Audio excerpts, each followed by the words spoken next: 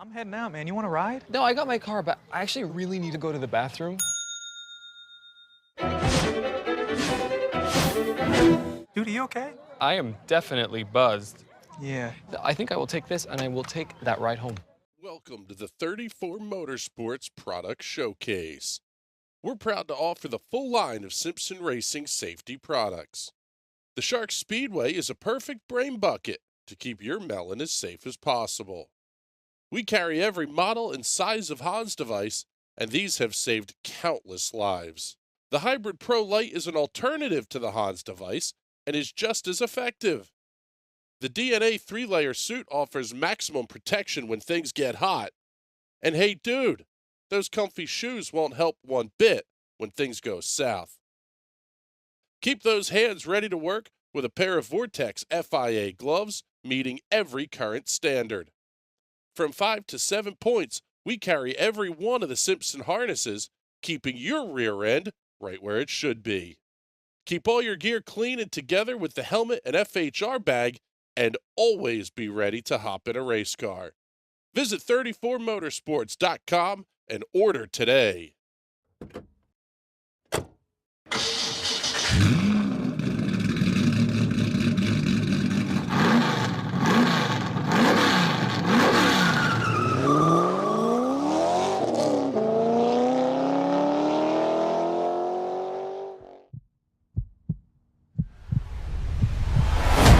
Gentlemen!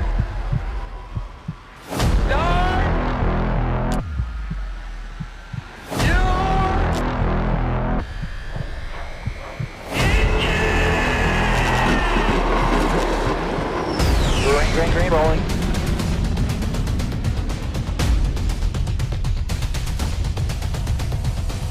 In your track.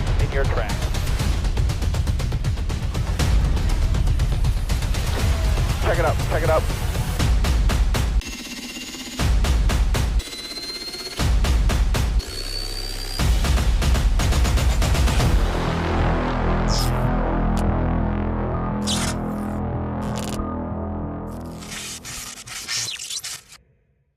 Good evening, ladies and gentlemen. How about that for an introduction? Welcome back to night number 2 of the Fuel Premier Series right here on the National Racing Network. My name is Chris Graham. It is a pleasure to have you hanging out with us here as practice just about ready to wrap up. Joined in the booth tonight by Patrick Byrne, handling color commentary. He'll be along a little bit closer to race time. And joining us in the booth for, well, we hope he's back sooner than later, fresh off of shoulder surgery, Boomer Logan joining us as pit reporter. Boomer, what's going on, brother? How are you? How are you feeling, first and foremost? Yeah, doing good. Definitely looking forward to the opportunity to join the booth once again, and probably for at least a few more weeks, probably maybe in a month or more. So, yeah, doing well after shoulder surgery, but gonna have to trust the process, let it heal before I can get back to holding the steering wheel again. So, looking forward to hoping to bring some extra insight from the guys in the field and some information for the broadcast tonight and for the rest of the few more weeks here. So yeah, we're looking forward to it. Single car qualifications getting ready to roll off here at Kentucky Speedway. Tonight's race, the Bagged Milk 180. Absolutely love the name of this race. Coming off an action-packed race 1 week ago to start the season at the Daytona International Speedway. Travis McQuistion picking up the win. It was only a 60-lap race, but we saw the lead change nearly every 3 laps. It was pretty darn spectacular. Man, I tell you what, Rob Ackley was really quick as well. And first car rolling out onto the racetrack here for qualifications is the number 73, a Mason, Michigan's Kyle Cooper, piloting the Ford Mustang for Skidmark Central Racing with old style Dynamic Motorsports classic instruments on the side of that one. Next car out on the racetrack, and we'll kind of let him come around to take the green flag here for his qualification run. We do want to try to give everybody some screen time here with deep. This is one of the fun things here, Boomer, with deep fields. We don't necessarily get to show everybody on the broadcast. Yeah, definitely something unique that they're trying for this season. Obviously, didn't debut it for our super speedway racing, but for I believe everything but the super speedway races and the road courses, they'll be doing the single car qualifying. So, yeah, like you said, a cool chance to get everyone some airtime, even for those of us who aren't always running up at the front of the pack, myself included when I am racing. But yeah, it's a cool opportunity, and maybe even adds a little bit of nerves too. A little bit nerve-wracking. Obviously, Dale Jr. always says that single car qualifying was one of the most nervous things that he could do in a race car because all eyes are on you, and it's just you. And if you screw up, everyone gets to see it. So adds a bit of excitement, I think, to the racing here. Tyler Dulger in the number 88. Out of Port Clinton, Ohio, the Pelletier McQuiston Simulations Jack and Coke Ford Mustang getting lap number 2 on the board, and just rolling across the line is the 92 of Chris Matthews. The guy's so new we don't have any information on him yet, piloting the DraftKings Ford Mustang. First 3 cars out on the racetrack, 31.105 is going to be the quick lap time. And not far off of the series track record here that's owned by Nicholas Johnston, 30.939 seconds, 174.537 miles per hour is the lap time of note there.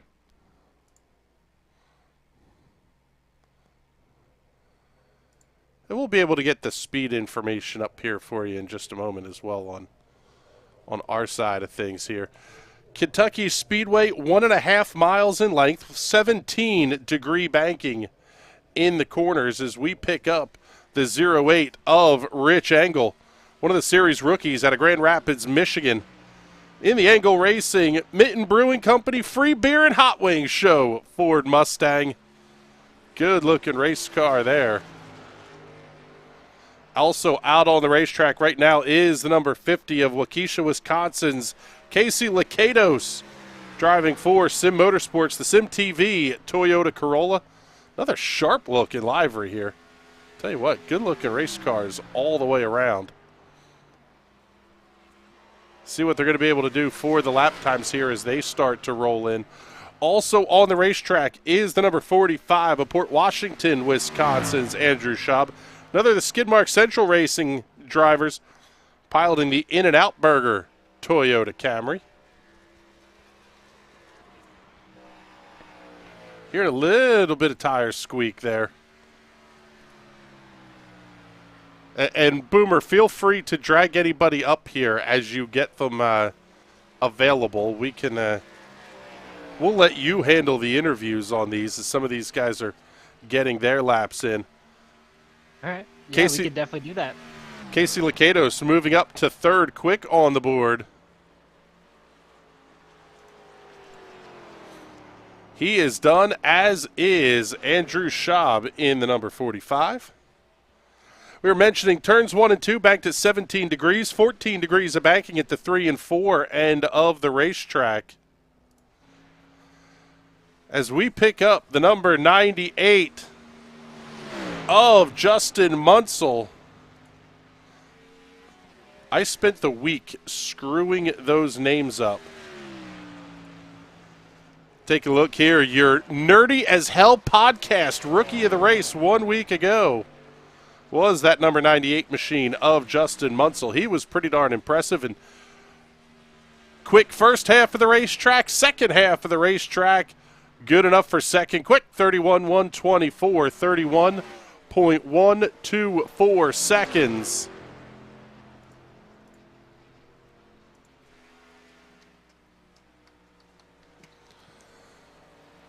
(173.5 miles per hour). Seeing our buddy Bizzle joining us in the booth here.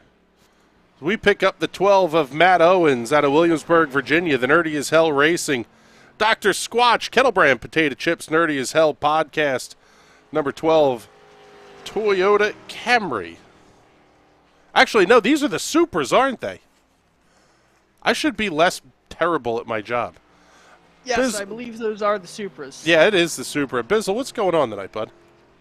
I'm just sitting here getting ready to watch a great race. Yeah, we're looking forward to this one. Zach Edwards out of Indianapolis, Indiana. The JT Motorsports Realtree Exalta Chevrolet Camaro making its way back onto the pit lane as he is just finishing up his run.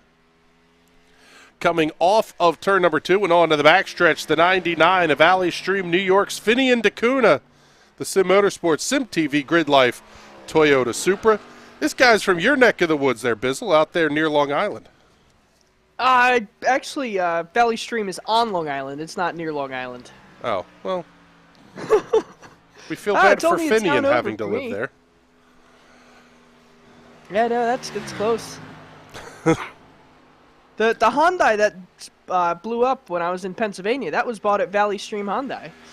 Well, there you go. Also taking a look here, just coming around to complete lap number 1, is the 2 of Eflin, North Carolina's Will Roberts, the Nerdy as Hell Racing Red Light Media Ford Mustang.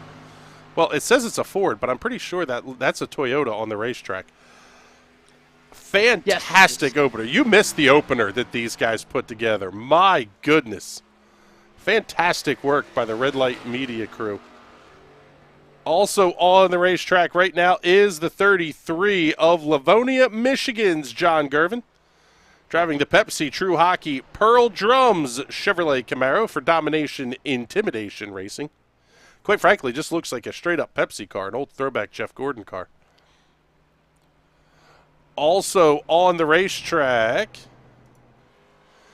is the 95 of Joe Dinsmore out of Berryville, Virginia, Steel Horse Racing's Dragon Ball Super iRacing iFlag Steel Horse Racing number 95 Chevrolet Camaro.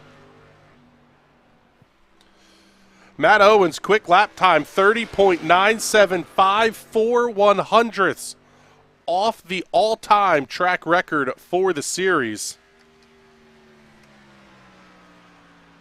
That one clocking in 174.334 miles per hour.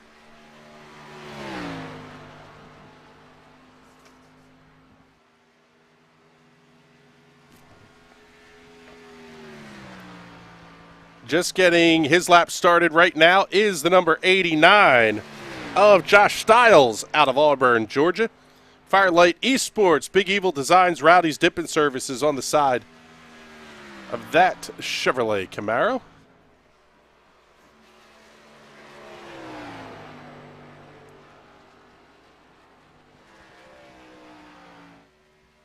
Also on the speedway, about halfway down the back straightaway and into turn number 3, is the number 83 of Indianapolis, Indiana's Brad Sievers, another series rookie for Firelight Esports.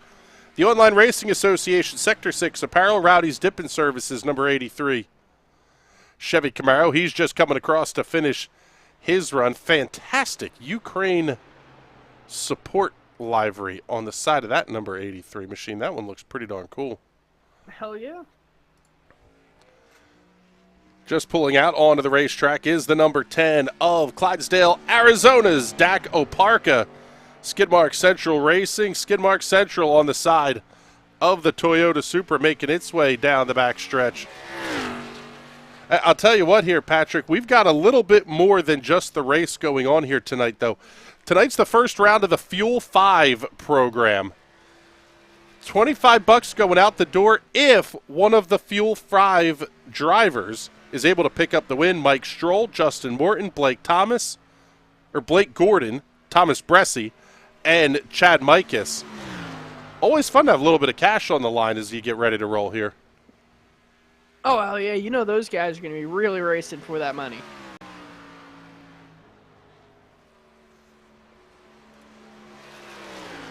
Let's pick up our winner from 1 week ago in the number 93 Ford Mustang for Pelletier McQuiston Simulations. Craftsman, Fresca, and Amazon on the side of the Ford Mustang belonging to Tiffin, Ohio's Travis McQuiston. See if he's going to be able to get the car up towards the front of the field here. He will clock in 8th. Dak Oparka up to second quick, 31.088 seconds. Lap number 1 going up on the board for Brian Kaida. At number 66 for the Bartlett, Illinois driver for Firelight Esports. Player 1 Coffee and Jerky Pro, also on the side of that machine.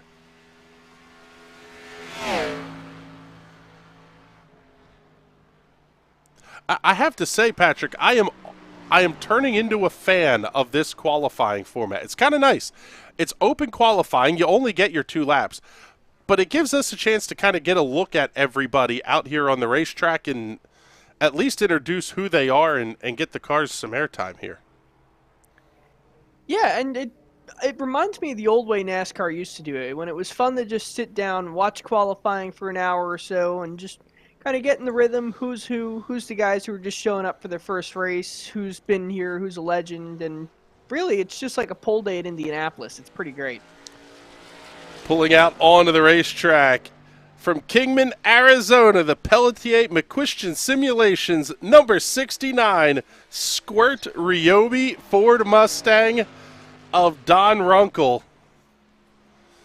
The paint job is fantastic. The number is nice. Let's see what the run looks like here from Runkle as he gets off of turn number 4. Coming around to take the green flag.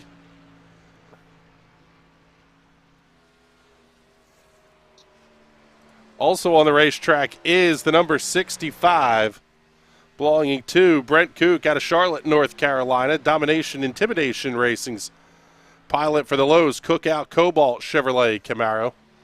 Third car on the racetrack is the number 1 new driver for Domination Intimidation Racing this week, with Boomer being on the sidelines. Oh, hold on to it. Big slide.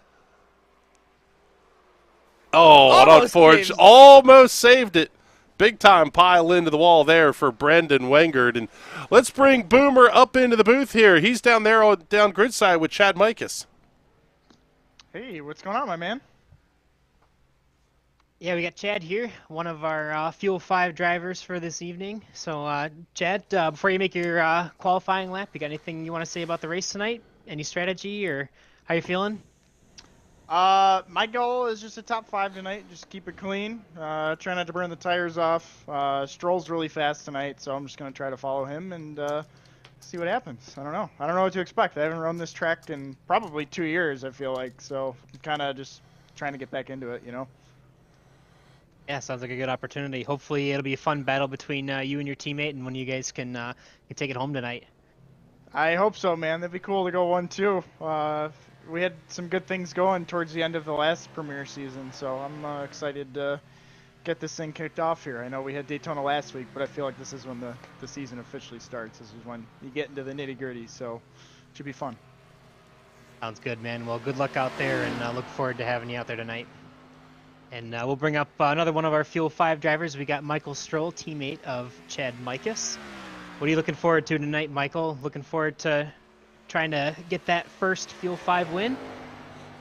Yeah, absolutely. I mean, first things first, I'm just looking for a rebound from last week. You know, I finishing dead last is not what I wanted at Daytona, but Daytona's going to Daytona, and that's it. I'm fastest in practice right now, so I get to go out last year in qualifying. So just kind of watching Brandon Earnhardt right now take laps, and watching a lot of guys struggle on entry and hitting that yellow line. But I've been a Fuel 5 driver before. It's a program that we brought back. So, you know, the obvious goal is to win the race, but I think I need, you know, just a little bit more momentum to get the season going properly here. All right, Sounds Mike. good. Well, appreciate it. Good luck to you tonight, to you and all the other Fuel 5 drivers. Should be an awesome opportunity. We've got a new quick time and a new track record. Belongs to Blake Gordon, 30.908 seconds. 30.908. Absolutely epic lap time, 174.712. And Justin Morton goes even faster, 30.804 seconds.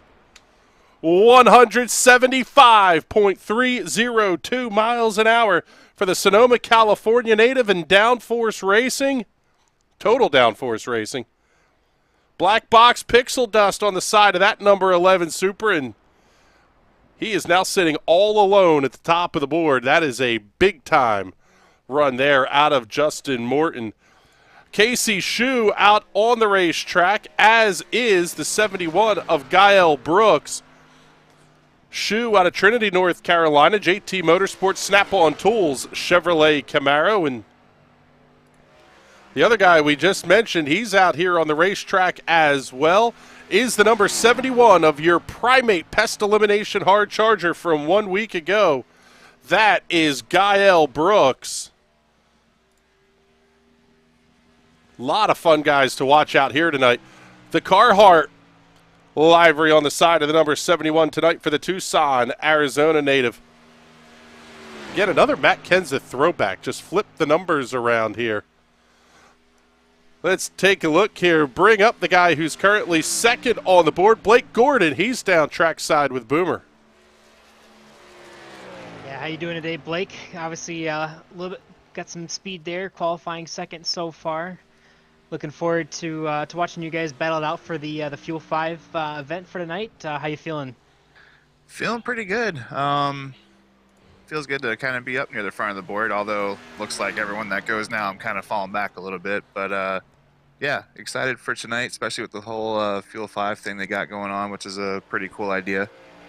Just hoping I can actually show up and have some speed tonight. Intermediates usually aren't my best, so just going to try to go out there, keep it clean for like the first, 80 laps, and then after that last fuel stop, hopefully try to go win this thing. Yeah, sounds like a plan. Good luck out there tonight, and looking forward to keeping an eye on you guys during the race. Appreciate it, man. All right, Boomer, thank you very much. Picking up the number 24 of Thomas Bressie out of Malvern, Pennsylvania, the JT Motorsports Exalta Chevrolet Camaro. Casey Shue has moved up to second quick at a 30.846. Justin Morton's lap is an absolute flyer, though. And as we heard some of the guys mentioning, reverse order of practice determines your order of qualifications here. So everybody getting out on the racetrack is going to be faster as we go. The number 9, Hayden Pastorius out of Corunna, Ontario, Canada. Total Downforce Racing, the Hooters, Napa, Mountain Dew, Chevrolet Camaro. Nothing more American than that. Pastorius getting ready to put lap number 1 on the board. Bressie jumps up to 7th quick at a 31.064. But how about the 86 of Brian Young out of Winnipeg, Manitoba, Canada for the Firelight Esports Target. Firelight Esports, Rowdy Energy. Number 86, Chevy Camaro. Young going to be 5th quick, 30.926 seconds. 174.610 miles per hour. Next car out on the racetrack was your pole sitter 1 week ago. And it is Rob Ackley. Quick last week, quick this week in practice. Ackley is number 22 out of Watertown, New York for Keeping It Real Esports. Sponsored by the Mara Racing Network on the side of the Chevrolet Camaro. See what lap number 1 is going to look like here for Ackley. Nobody has gone quicker on lap number 2.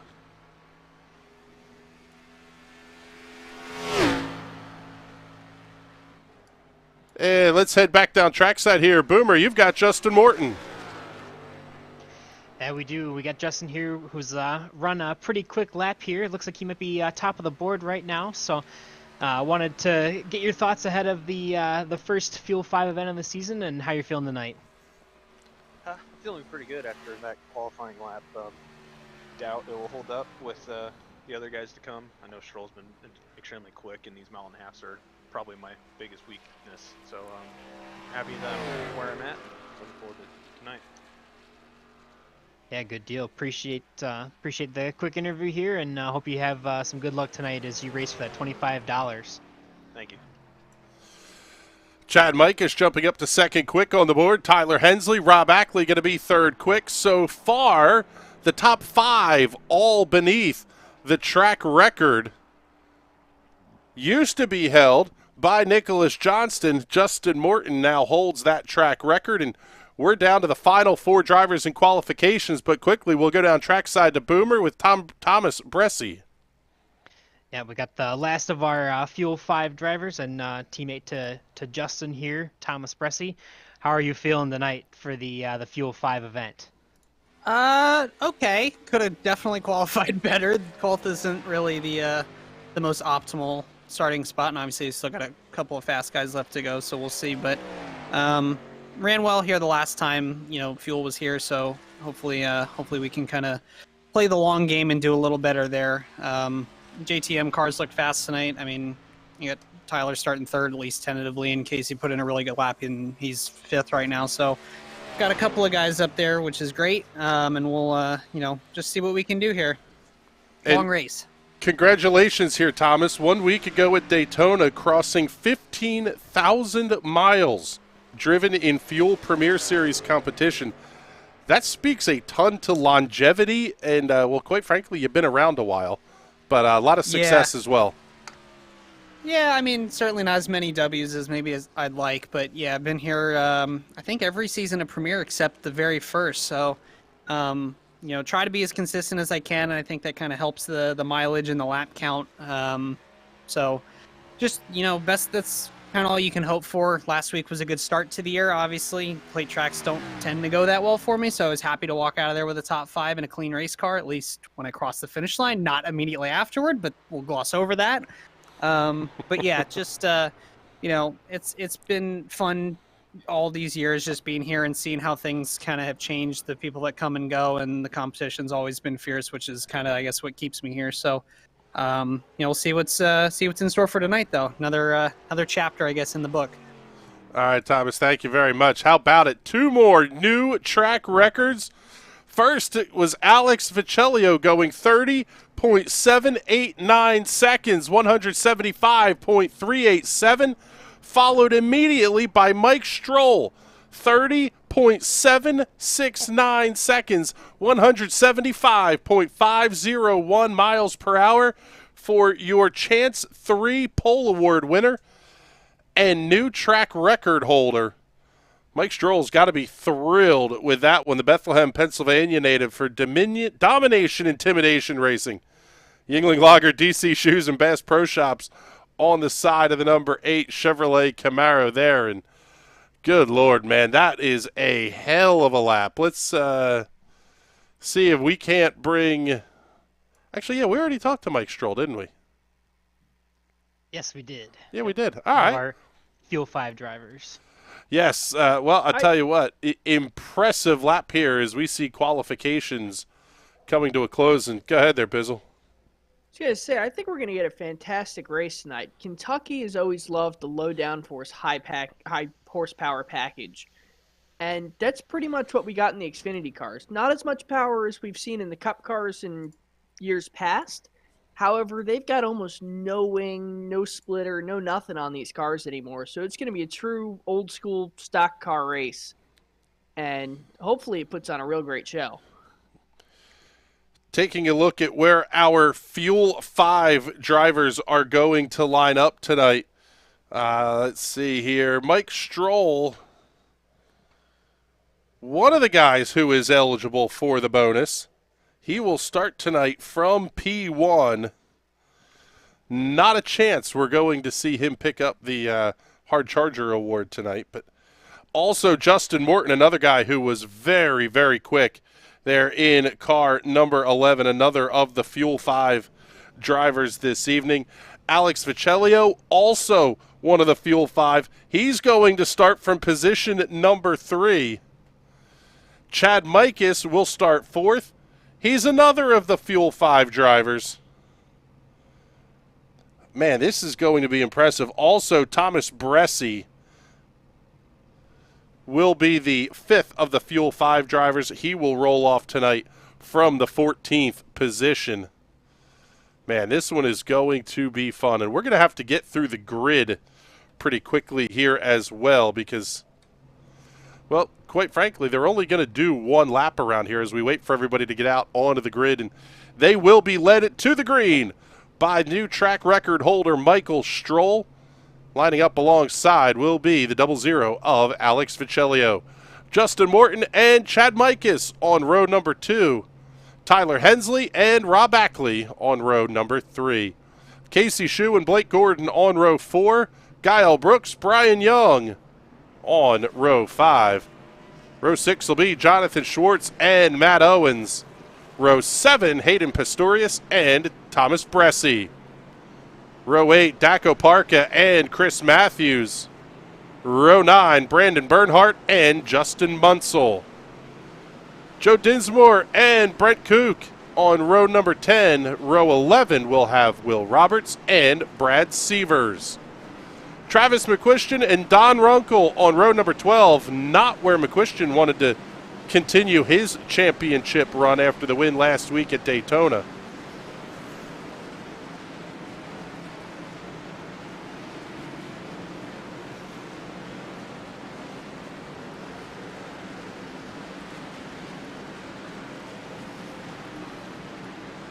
Row number, row number 13 will have Kyle Cooper and Finian DeCuna.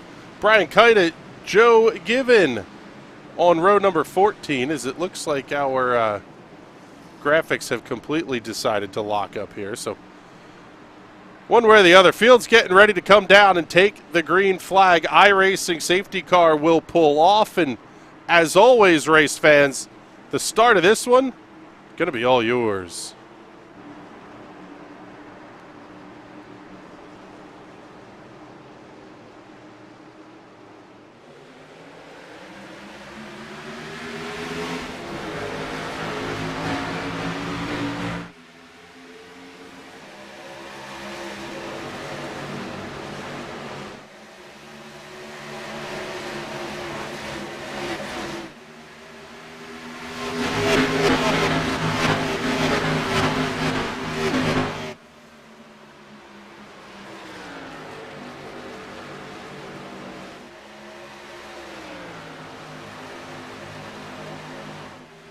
Already one lap very quickly in the books, and it will belong to Mike Stroll, Justin Morton, Alex Vicelio, Chad Mikas, Tyler Hensley back through your top 5. Good side-by-side battle here between Vicelio and Mikas right towards the front.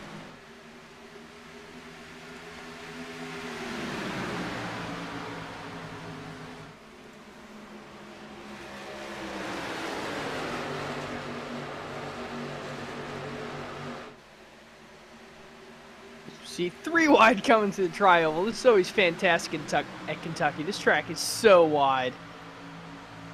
Crazy wide, very racy, and we're hearing 40 or so laps here from pit reporter Boomer Logan. It sort of makes this a guaranteed 3-stop race is sort of what we're hearing. But, Boomer, what's it going to be, the pit windows in terms of tire wear? Is it going to be fuel stints? What's the thought process from down there on pit road? Yeah, we'll see here. It'll be interesting. They're trying something different this season for fuel. We've actually got 80% of a fuel load in the cars. So maybe not wearing out the tires entirely during that entire run. So maybe some pit strategies where you're only taking fuel to go further. But it sounds like there's going to be about 45 laps on a tank of fuel, and we'll see if anyone gets gutsy and stretches the tires out even further. But I would think if you see a yellow, you're going to want to take tires because there's only 3 sets. So there might be one extra set based on if you do a 2-stop, 3-stint strategy. So it should be exciting to see how the cautions come or if they come and what happens. So see how it progresses as the race goes on. Seeing this side-by-side battle between the 5 of Tyler Hensley and the 22 where Rob Ackley making their way through 3 and 4. I'll tell you what, Patrick, I'm a little bit surprised here. They are not losing the leaders as fast as you might expect.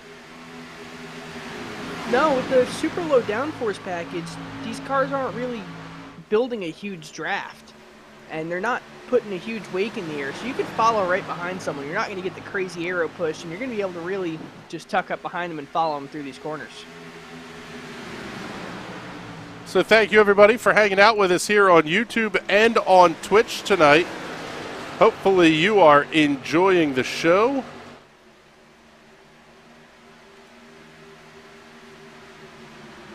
Give us a comment. Let us know where you're watching from here. Is Fieldworks lap number 7, 114 to go.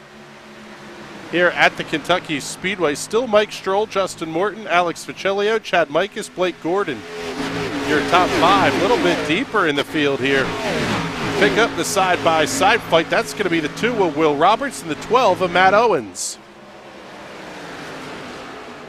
Good side-by-side battle with the Nerdy as Hell racing teammates there.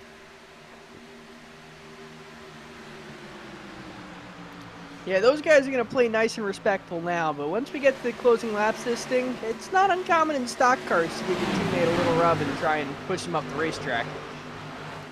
Big battle, 3 wide here. Hayden Pistorius, Daco Parka. Will Roberts was up on the outside. He pretty wisely backed out of it. Discretion, the better part of valor here. Only 8 laps into this one, and I guess this is one of those deals now where you're talking about really needing to settle in and find a groove. You might be able to make a little bit of time up, but it's more about just get to the next stint, it seems like. Yeah, it's usually how it is at these 1.5 miles. You really just want to, like you said, find your groove, get with it, and then towards the end of the race, these races really get racy, especially at Kentucky with the way they're able to run 3, sometimes even 4 and 5 wide around here. So we should be in for a pretty fantastic finish.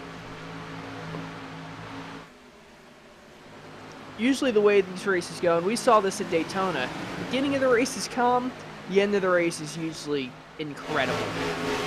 Yeah, we got that and then some with 2 big wrecks on the white flag lap, eliminating, I think, everybody. And by the way, nice segue there, Boomer, for the Nerdy as Hell podcast, guys. Sponsoring the Rookie of the Race Award, which currently belongs to Alex Ficilio, piloting the 00. The Chance 3 pole award tonight did go to the number 8 of Mike Stroll. Stroll still sitting at the head of the field. Good battle up here for 4th position. Blake Gordon coming around. Chad Mikas inside of 3 and 4. Big draft for Mikas down the front straightaway. Yeah, as it sits, we've got 4 of our Fuel 5 drivers in the top 5 right now. And Thomas Presti in the 24 is moving up a couple positions, up from 12th to 10th, making his way towards the front of the pack. So it should be a pretty close race, good battle for that extra $25 bonus if any of those Fuel 5 drivers can bring home the checker tonight. Yeah, tell you what here, Patrick, pretty neat throwback, sort of like the old no bowl program, and that's about all we can say about the old one. In the oldest of the Cup Series names, one of the oldest of the Cup Series names, basically, if you were a top 5 finisher, you got a chance to run for a little bit of bonus cash here, as we see an absolute hornet's nest making its way off of 2. It put a little shot to get some cash. Yeah, in the Xfinity Series, they do something very, very similar. They've got Dash for Cash, where they pick, I think, 4 drivers, and over the course of those races, give the drivers a little bit of cash each time. And if you win all 4, you get an even bigger amount of cash. Yeah, I think the only big differentiation between what they do now on the Dash for Cash and the Fuel 5 as it is that you have to win the race. So added pressure, added bonus. Yes, and I'm a big fan of that. Let's not make this a willy-nilly, we're just going to throw some cash at the highest finishing drivers here. Especially, as we got the 83 of Brad Severs bouncing off the outside safer barrier. He's going to lose at least 4 spots with that little encounter with the steel and foam energy reduction barrier. The one part of the Dash for Cash that I do absolutely love, though, if one driver can win all of those races, it's something like $1 million check, which is absolutely massive money for those guys in the Xfinity Series. Yeah, I mean, for some of the smaller teams, if that money gets put back into the team, that can keep them running for another year, take the pressure off trying to find sponsors, trying to make it to each race, and really help them advance the team. So it's a huge, huge help. Side-by-side battle here between Casey Shue and Brian Young. Young down on the inside of the racetrack. Shue up on the top side. He's now going to have to contend with Rob Ackley.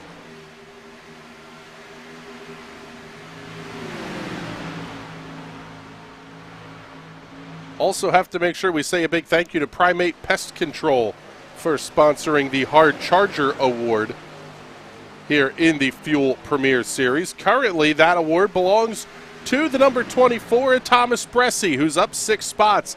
He talked about not wanting to qualify 14th or whatever it was here, Patrick. When you've got a good car underneath you, sometimes qualifying doesn't matter as much if you can stay within earshot of the leaders. No, qualifying only matters for sprint races. The only thing qualifying matters for in a longer race like this is determining where your pit box is going to be.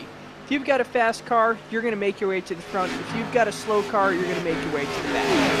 So at the end of the day, just keep the car clean, keep picking off positions one by one, and you'll find yourself in victory lane.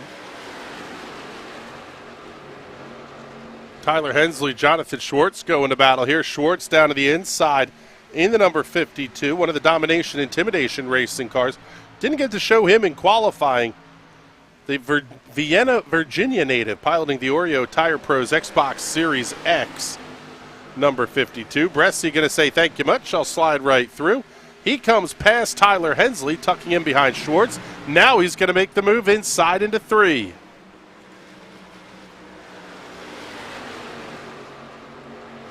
Definitely making his way up towards the front.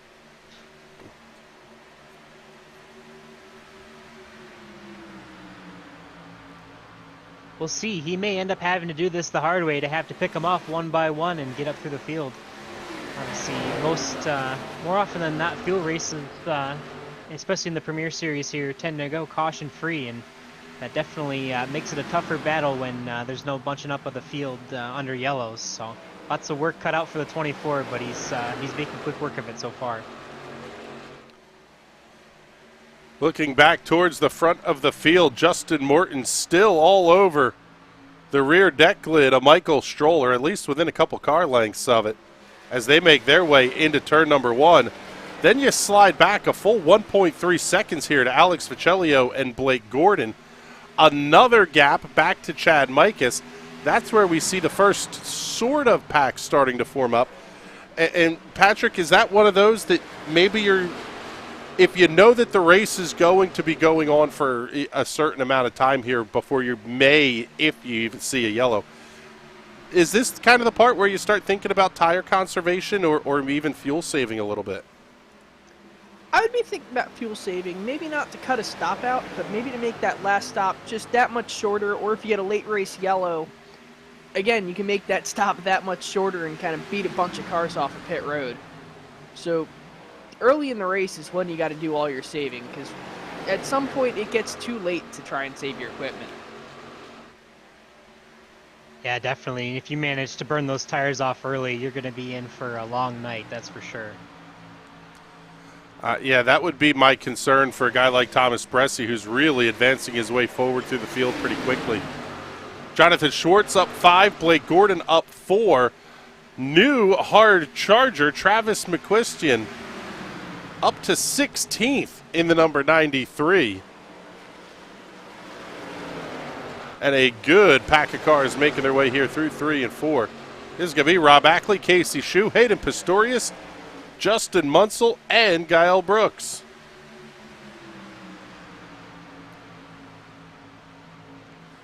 Oh, big dive down to the apron for the 9. What a move by Hayden Pistorius. 2 for 1, thank you much, I'll have another. He gets the pass cleanly made off of turn number 2, put Pistorius up to P10.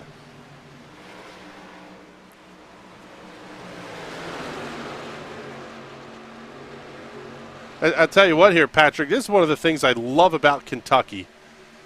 It doesn't race like the, I hate to say traditional mile and a half, because there's not many of them left. It Cookie really, cutters. yeah, but it's for every one of those that you say it's a cookie cutter and they look the same, none of them race the same. Kentucky Speedway with the variable banking at each end of the racetrack really gives you a lot of options in one, how you set the car up, and two, where you feel like you want to make the speed. Yeah, Kentucky, I would say, is one of the best mile and a half. Charlotte's fantastic, although that's the template for the cookie cutter. But like they all have their little quirks and uniqueness, and I missed the NASCAR race at Atlanta this weekend, but I was hoping to see how that track with the new pavement, the new banking, really differentiates itself from Atlanta and all the other mile and a half. So they've all got their quirks, and it really makes them fantastic. I am almost hoping that iRacing doesn't release the new Atlanta. I know they're going to, but my goodness, this place was crazy fast. Everybody was packed up the entire time. It's basically Daytona, just slightly smaller and narrower. And when you put a bunch of sim racers that think you can go 3 wide easily at Daytona at Atlanta, it can make for some long races. Yeah, I hope they release the new Atlanta. I want to try it. Sounds like it would be pretty good fun with a bunch of guys that know what they're doing, but hopefully they keep the legacy. The problem is you run in events with guys like me that don't know what we're doing. As we see Chad Mikus and Brian Young side by side. That's what a clear all button's for. Yes. This bout a little bit further back in the pack. Still good. Travis McQuiston now up 10 to run in the 13th position.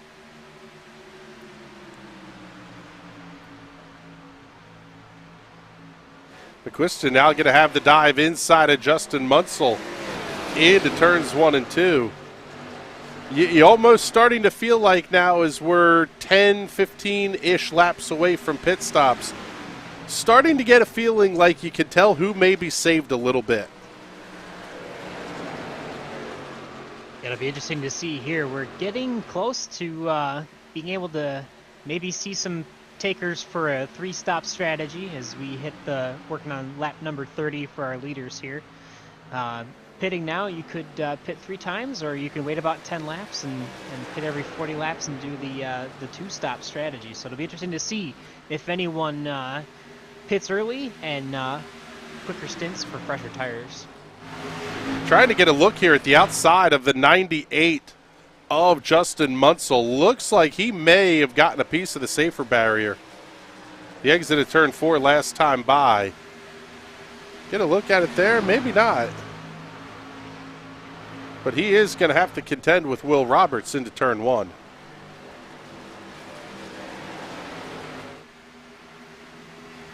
Up towards the front here. How about Thomas Bressie getting after Blake Gordon? 5th was nice. 4th would be even better.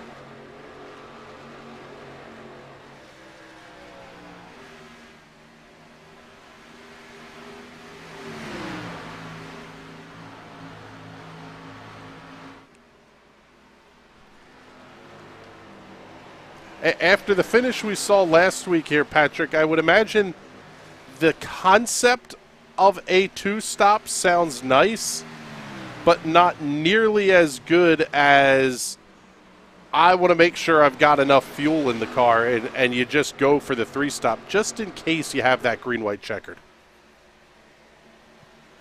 Yeah, a green-white checker is unlikely. I imagine most of the field will be on the 3-stop strategy. And the winner of this race is either going to be on the 2-stop strategy, or that guy who is going to win the race on the 2-stop strategy is going to run out of fuel. It's a huge risk, huge reward kind of deal. But it just comes down to it, especially this early in the season. Is that risk worth taking? Yeah, big time case of is the juice worth the squeeze? Yeah, I'd much rather, even if I can't go for the win, get a top 5, maybe even a top 10, just get a consistent good points finish and start the snowball rolling to allow myself to win the championship. Because if I pull myself out of contention this early in the season, then there's no reason in continuing. So you got to keep thinking ahead. Battle for second now into turns 3 and 4. Thomas Bresci down to the inside of Alex Ficellio. He's going to pick up third, Ficellio slices the front off of Blake Gordon's car. But how about it? Thomas Bresci up 11 to run in the third position. But they're about 3.7 seconds back of your race leaders. You almost start to think now, where does the strategy component start to come into play for your leaders? Because at 4 seconds, that's a big shaving off a final pit stop possibly. Yeah, as long as you can stay on the lead lap, and if a caution does come out, saving as much fuel as you can now, and especially on your second stop, will make all the difference when it comes down to that final stop. Yeah, we're definitely within the window. If you pit now, you can pit one more time for a 2-stop and be good to go rest of the way.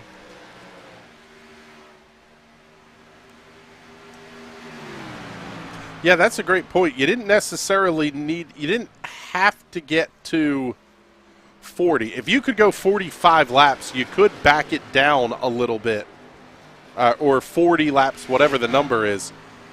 You basically have to make that final stop once you're in that window of I know I can make it from here. Following along with Michael Stroll and Justin Morton, our race leaders. The 83 of Brad Severs, the third car in line, is 1 lap down. He elected to make his first stop at lap number 31. Very clearly running the 3-stop strategy there for Brad Severs.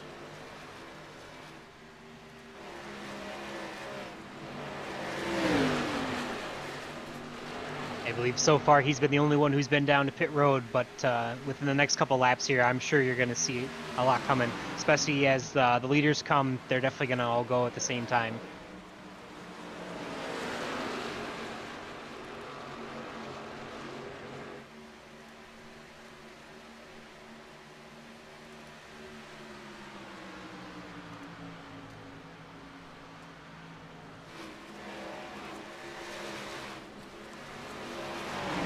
Keeping an eye on this battle between Travis McQuistion and Tyler Hensley. Just up ahead, Hayden Pastorius making the big dive inside of Chad Mikas into turn number 3. Pastorius slides up the racetrack just a little bit, going to force Mikas to back out of the throttle so he doesn't get squeezed up into the outside safer barrier. Now at lap number 40, we are most certainly in the window for the 2-stopper.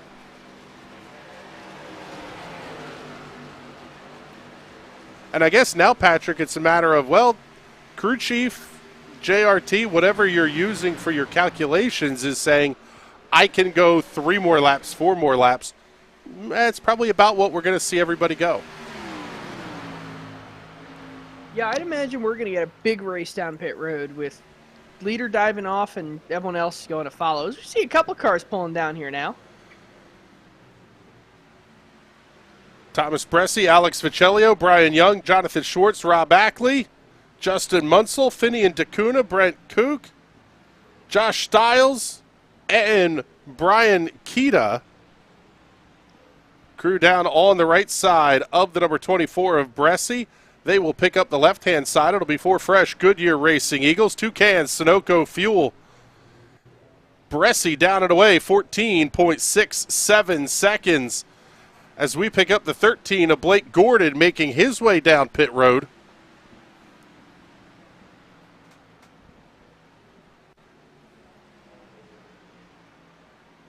A little bit early on the dive into the pit box there. Some leagues police that fairly heavily. Basically because of the way that iRacing handles pit stop physics. Justin Morton, Chad Mikas, Travis McQuistion all on pit lane now.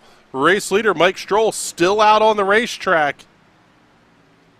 And this is really where you can run into trouble, Patrick. Cars coming in and out of the boxes. You have to run the far outside lane. That's where you can get your car banged up a little bit on pit lane. Yeah, you really got to watch. You got to pay attention to your surroundings. Oh, Watch looks your like we ears. got to spin on the backstretch. Uh-oh. Sorry to interrupt there. Oh, you're good. Yellow, 0-0 yellow. around. Trouble on the racetrack for the 0-0 of Alex Vicelio. Oh, man, he's got big-time damage on the back of that race car as well. And, man, does this change everything. See what happened here. Oh, man, car just twitched loose. Big spin into the outside wall. Where does the damage come from? Oh, big hit there. May have been Gael Brooks.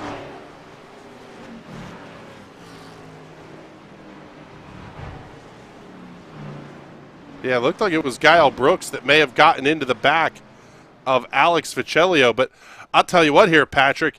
The Paul Tracy danger zone in full effect. How about just about everybody that was on the lead lap now going to be one lap down? The only two cars that made it out of pit lane before the caution came out, the 8 of Mike Stroll and the 11 of Justin Morton. Yeah, you can. If the caution comes out and you're in the pit lane, you should be good. That is golden as long as the leader does not come and pass you.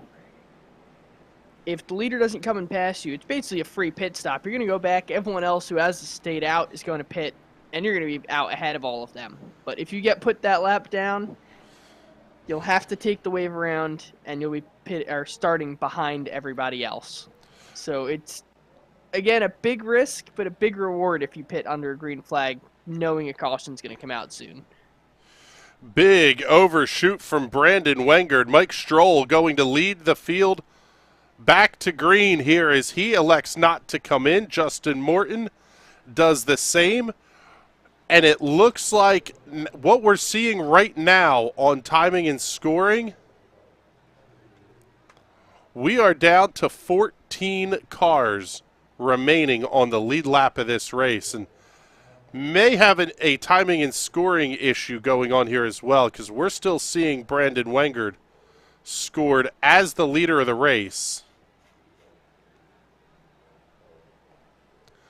We'll see how this all slots around as the field comes back around. Wengard, yeah, now being shown out of his car.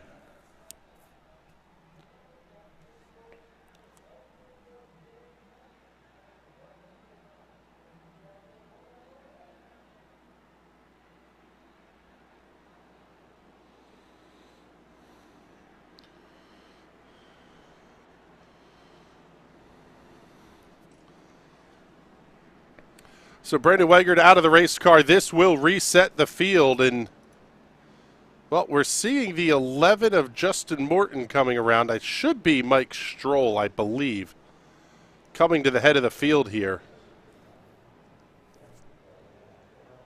Yeah, now this is where things get a little bit interesting, Patrick, because now you're going to see all the wave around cars going to put. I was going to say, the thing that's rough about a wave around in iRacing, it only comes out when there's one to go. So if everyone's got a good car, everyone's paying attention, it goes pretty smoothly. However, you get one guy at the head of that wave around pack that's not paying attention or driving really slowly, those wave around cars can be half a track or more behind the actual pack of cars. So you really need to hope everyone's paying attention once that wave around comes out. Yeah, we should see that. Lights are still on the iRacing safety car, so we'll see that next time by the start-finish line. Or at least we should see the lights go out this next time by the start-finish line.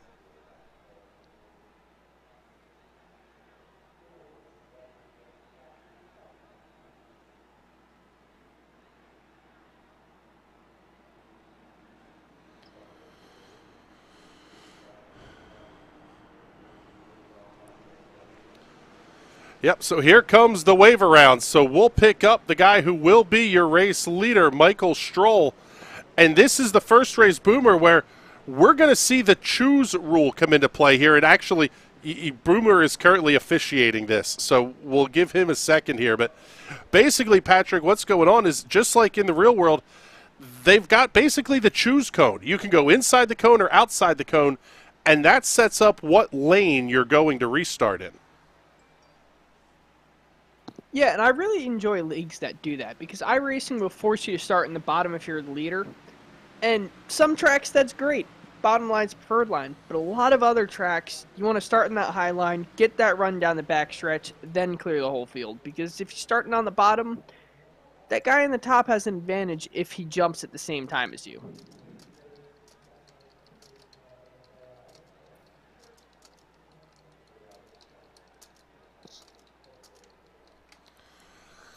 So field is doubled up. We are going to get ready to go back to green flag racing. Lap number 47 will be complete.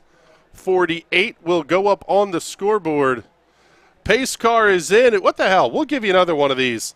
Y'all go ahead at home there and crank it up.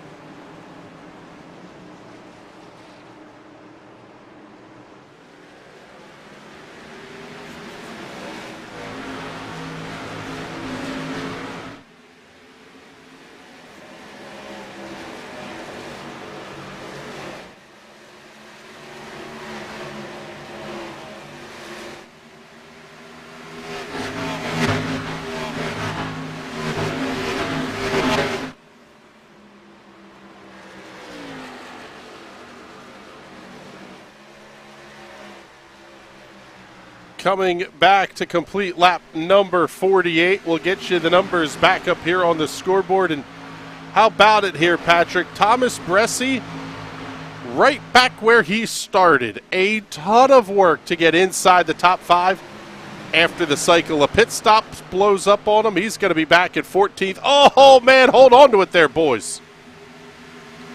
If he did it before, he can do it again. It'll be no problem for him. Yeah, it's going to make things interesting for us to watch up here.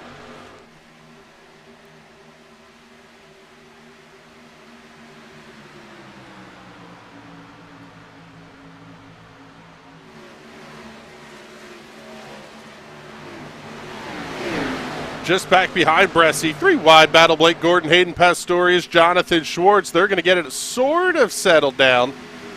Big run for the 00 off the corner. That's Alex Vicelio. He's running a lap down. He's got Hayden Pastorius now looking to his inside off of 4. And things still pretty tight here at the front of the field.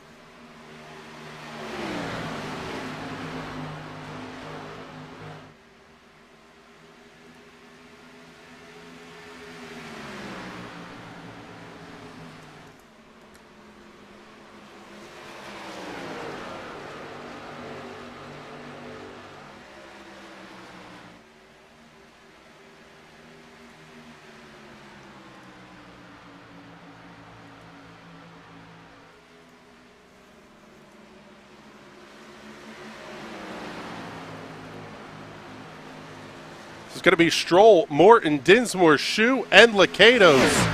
How about Casey Lakatos? That number 50 machine up 25 spots to run in the 5th position.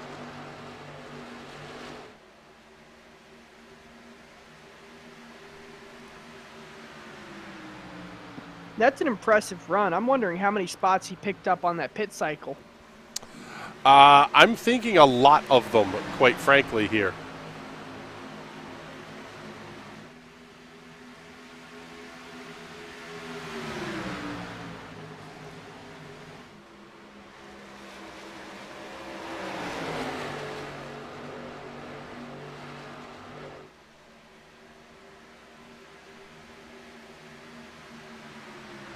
Tell you what, though, I'm going to work on Casey Shu, so a lot of these 1.5-mile races, Patrick, it does boil down in quite a few instances, quite frankly, to clean air is king. If you can get towards the front, sometimes it's not all that tough to stay there.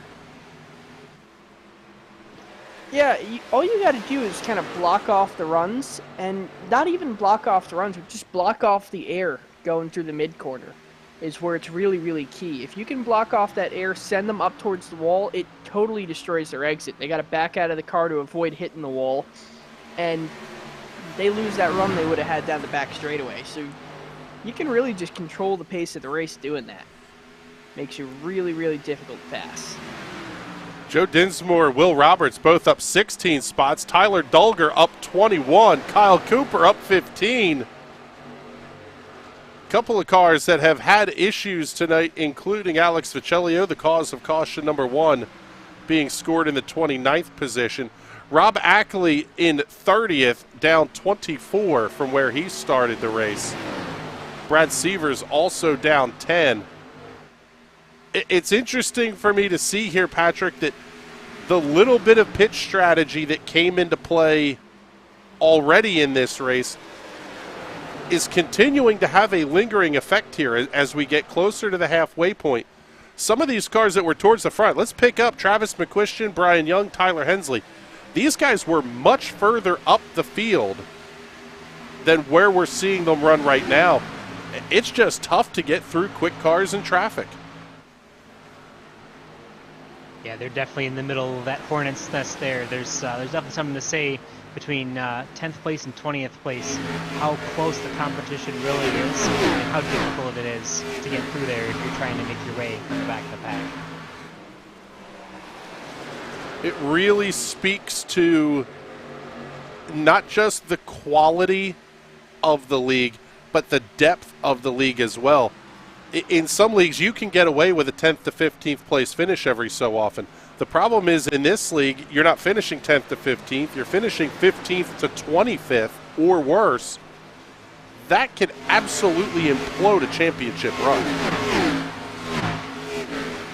Yeah, it really depends on if the series offers drop weeks or not. If they offer drop weeks, then you can have a bad race. As long as you don't continue that streak of bad races through the season, you should be pretty good. If there's no odds, we have a car spinning down the front what car? straightaway. Yeah. Big spin. You know, those Jack and Coke cans, they're a little bit better than the St. Elmo's and Cola cans that were available in Indy. Yes, you learned that one the hard way. Oh, yeah. Let's take a look here and get another look at the instant replay. Out the back bumper of Tyler Dulger's machine. Oh, yeah, you heard it. Little lift, little contact, swirl it around, drop a lime in it. You've got yourself a perfect Jack and Coke. I see what you did there. You believe people pay us to do this? It's fantastic. Updating our Fuel 5 drivers. Mike Stroll, your race leader, is eligible for the bonus money, as is second place running Justin Morton. Alex Vicelio, unfortunately, after that first incident, he is going to be scored in the 29th position.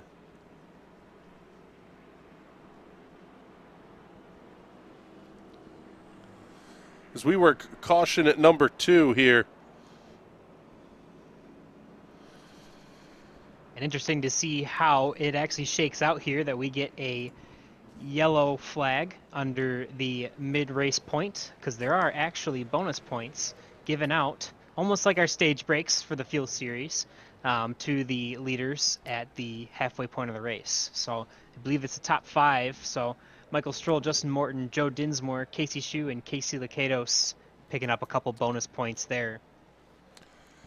And more strategery and funness on pit road. Blake Gordon, Kyle Cooper, Chris Matthews, Tyler Hensley, Tyler Dulger, Finian DeCuna, Daco Parka, John Schwartz, Calvin Filarski, and Justin Munsell all electing to come in here at the caution at lap number 60. This is an interesting call to me, because unless you think you can make 60, are you just trying to shorten that last pit stop? I would think the goal is to shorten the last pit stop up. The only problem I have with shortening the pit stop up too much is then you're waiting on the tires instead of the fuel. Unless you decide not to take tires, but I couldn't see why you wouldn't want to take the tires. You're going to be so much slower without them. And Boomer, you've driven a lot with. Oh, well, hold on. Boomer can't hear us at the moment, so we'll come back to him as we get ready for the choose cone rule to go into effect here. I'll tell you what, Patrick, I haven't driven the B-Class cars a ton. Could 2 right side tires and a very short splash of fuel late, could that be a race-winning strategy? It very well could be, especially if that last stop comes late enough. Just throw the 2 tires in the car, get the speed in it. 2 tires can get a little sketchy, a little scary, but if you can handle it, keep that car under you, it absolutely can be a race-winning strategy. This is going to be interesting, and we'll also see if Boomer can check in with any of our drivers that have had incidents tonight. The 00 of Alex Viccellio is still on the racetrack and only being scored 1 lap down. However, it looks like we have nobody between race leader Mike Stroll and the iRacing safety car as we get ready for the choose rule to come into play here.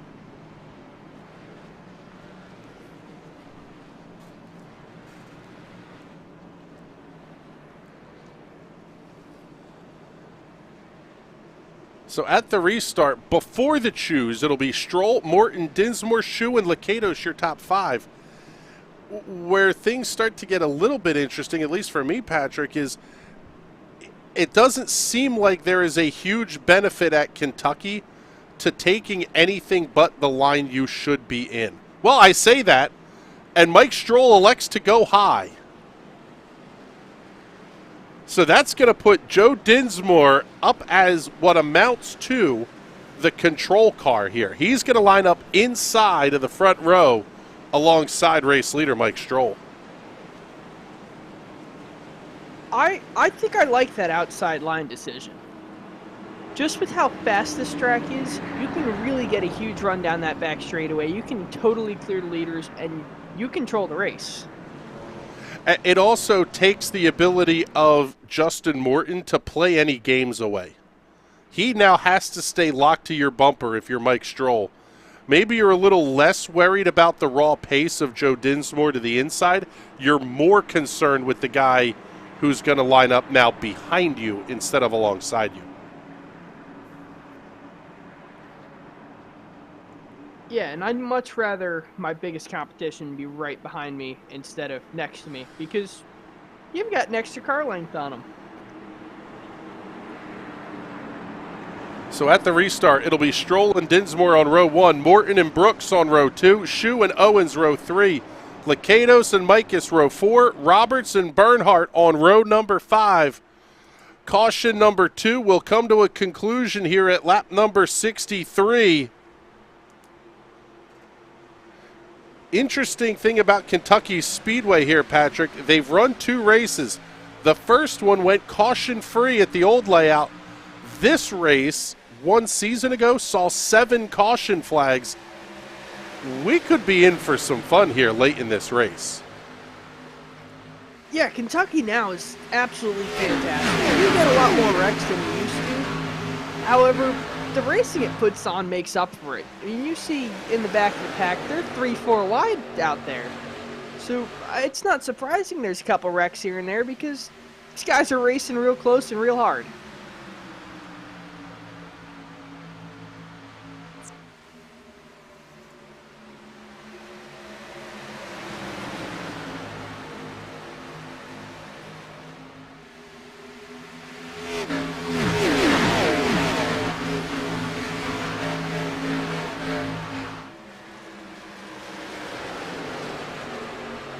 Oh, man, a little bit of contact here just back behind Dinsmore. That was Gael Brooks and Will Roberts. Little left side love and right side romance in turns 3 and 4. Thomas Bressie continuing the charge forward. He's back up to 7th. He'll be inside of Brooks off of 2.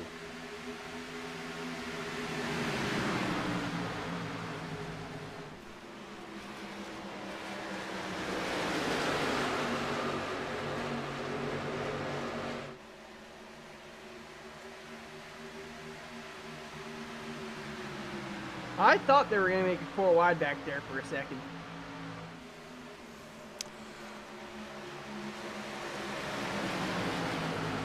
Blake Gordon getting a huge run down the inside there. Wow, he picked up 3 positions. We've already seen a 2-for-1. How about a 3-for-1? They're out of Blake Gordon. That's an impressive piece of driving. And he picks another one off right there. He's got one fast race car under his seat.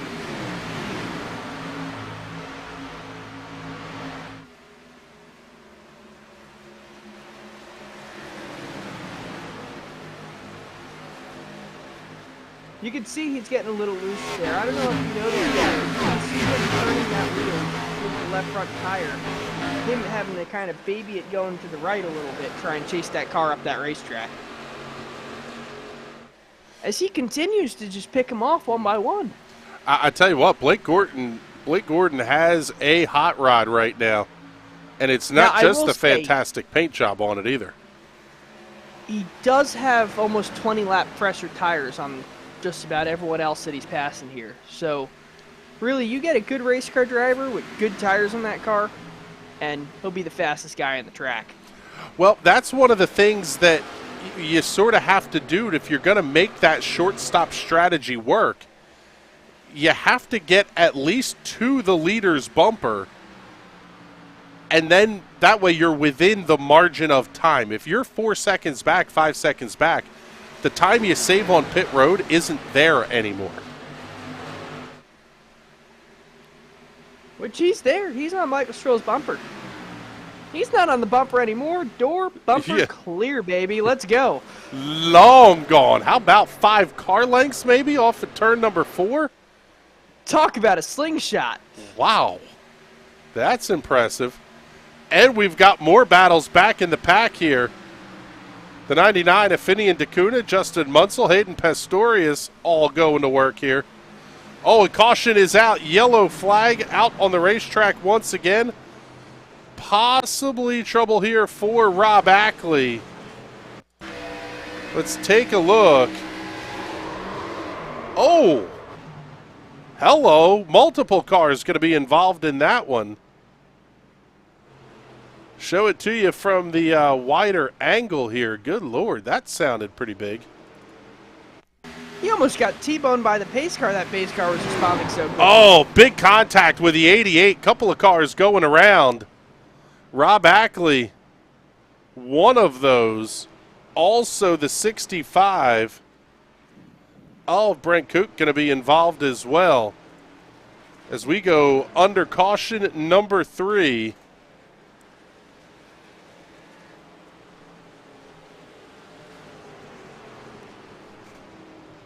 Now, this is where things are going to start to get a little spicy here, Patrick, because the math that I'm doing says you can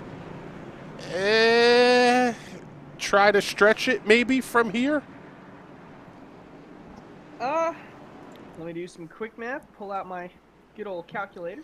How about we talk to Boomer Logan, our pit reporter, about it instead? Is just about everybody making their way down pit road with the exception of Blake Gordon, Justin Munsell, and it looks like Brett Koch going to stay out on the racetrack as well.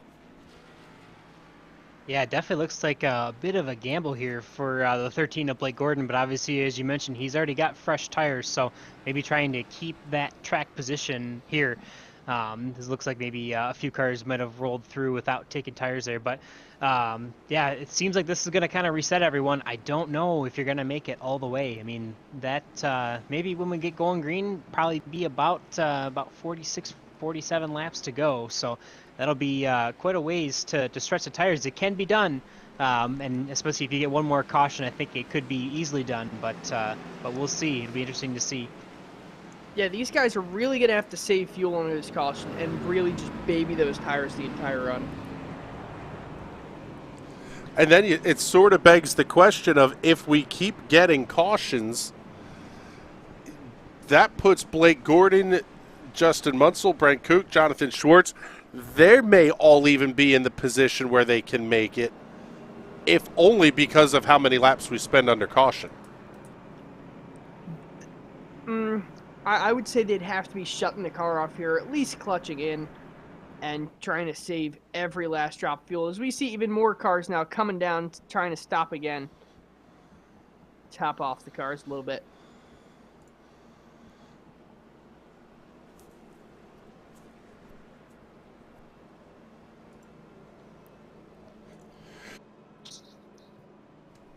Let's take a look here and go on board with Justin Munsell.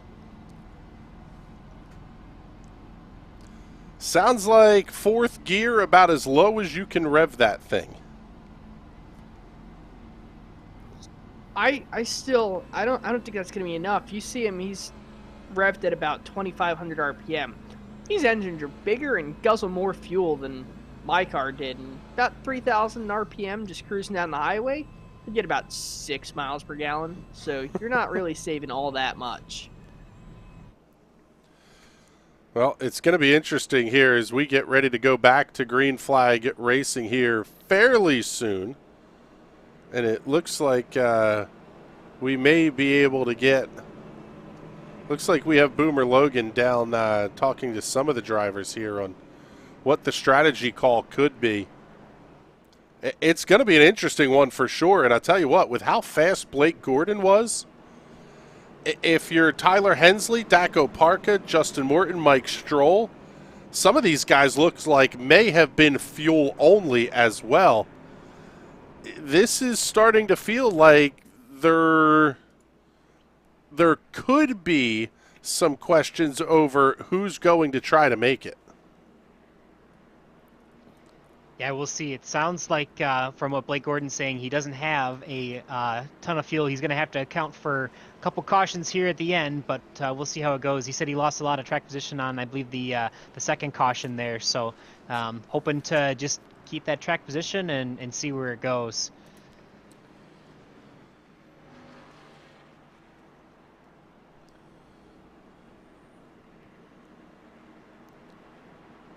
Some of the lap cars still making their way off of pit lane. With the choose rule in effect, it'll be Blake Gordon and Brent Kook on the front row.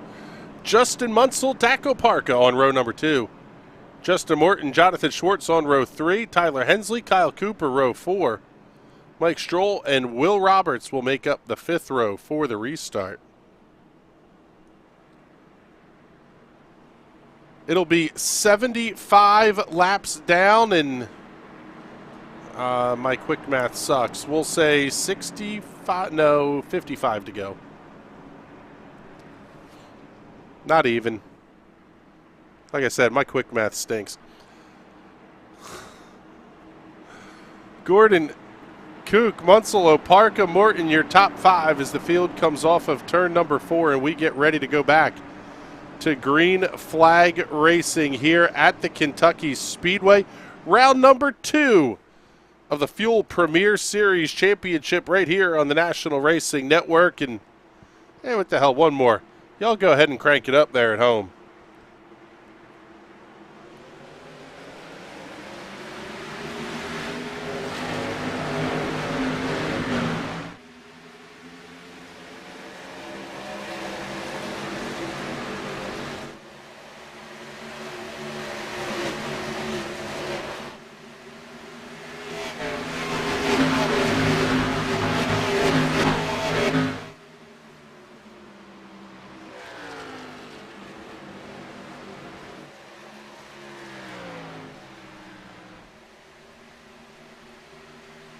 Gordon grabs the early lead, but big-time battles forming up back here right behind Michael Stroll, Justin Morton, Daco Parka, Casey Shue, Thomas Bressie. Handful of cars running side by side off of 2.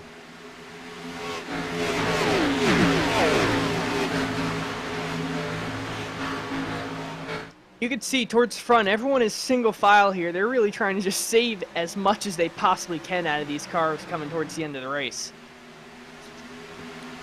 Yeah, and I definitely think that Blake Gordon's biggest saving grace is going to be that there is a little bit of a gap back to Tyler Hensley and Michael Stroll and Justin Morton, those guys that were the leaders before this all kind of shook out. So see how he's able to save here, but probably won't be for long, so I'm sure those guys are coming quick. Hensley, I'm wondering if he was fuel only or fuel and right side tires. 5.8 seconds was the time of the stop for Tyler Hensley. Michael Stroll, the fastest now of the cars that stopped there at lap number 72. He was 15.07 seconds. Working inside of Jonathan Schwartz as they come off at 2. We may have another yellow. And yeah, trouble on the racetrack. Seeing Travis McQuistion having an issue.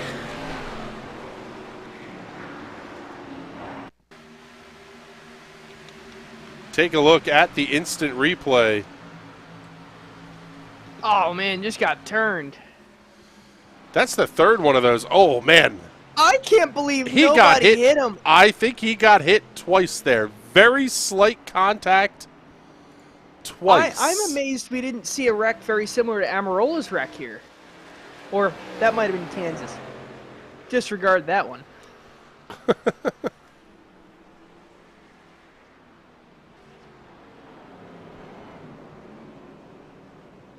Oh man, almost an incident there too. Wow. Big checkup, turn 3.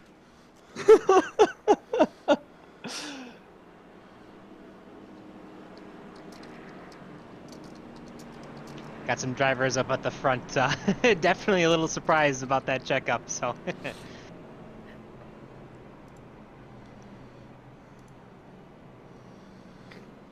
Now, correct me if I'm wrong. Wasn't this the only active track that Jeff Gordon had not won at when he retired? That sounds accurate. I believe so. If I can fully, vet that, but that sounds accurate. Which just is a testament to how much of a machine Jeff Gordon was. Won at every track except Kentucky, and Kentucky came around later in his career anyway. Seeing Tyler Hensley on pit lane, Guile Brooks, Alex Ficellio, Hayden Pastorius, Brent Kook, Travis McQuistion, Don Runkle, and Tyler Dulger all on the pit lane. And again, short stops for these guys. I'll tell you what, are we... And Boomer, this might be a question for you to answer before we have to get ready to go back to green, but we got to be getting close here. Yeah, I think at this point you can top off and call it good for the rest of the race, so don't need to take too much, but if you wanted to come in now, maybe get a little extra fuel for safety for a green-white checkered perhaps, be a good time to do that. And Blake Gordon and Justin Munsell are in, I guess, hopes and prayers territory at this point. Stopping at lap number 60, it was going to be a pretty monstrous stretch to try to make this go the entire way.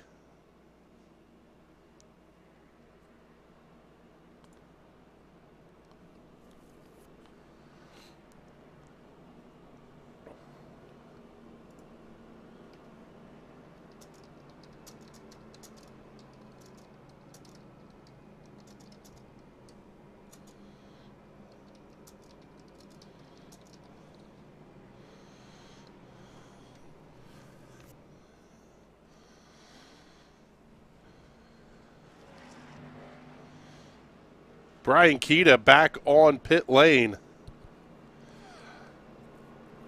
Again, 5.87 seconds. Not much time spent on pit lane.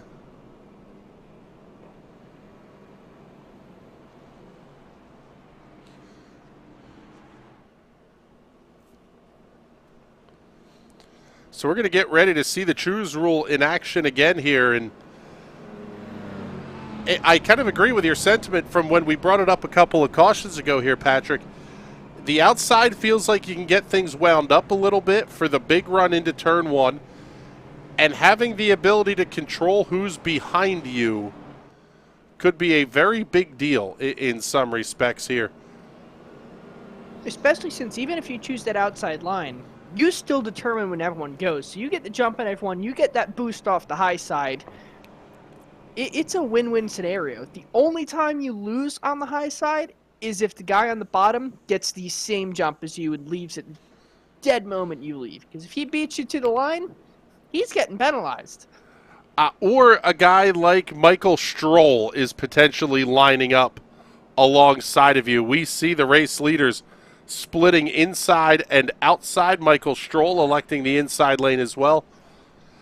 Kind of a best case scenario there if you're Blake Gordon, where you don't have to deal with Mike Stroll necessarily alongside of you. Force him to do a little bit of work.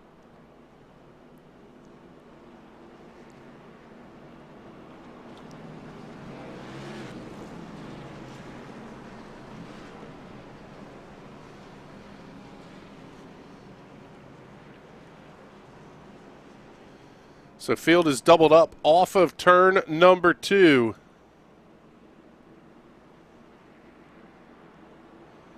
Absolutely fantastic turnout once again here for the Fuel Premier Series.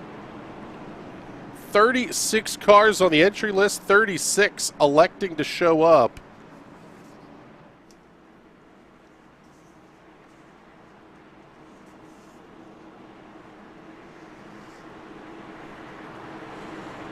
Blake Gordon shooting for a second career win here in the Fuel Series.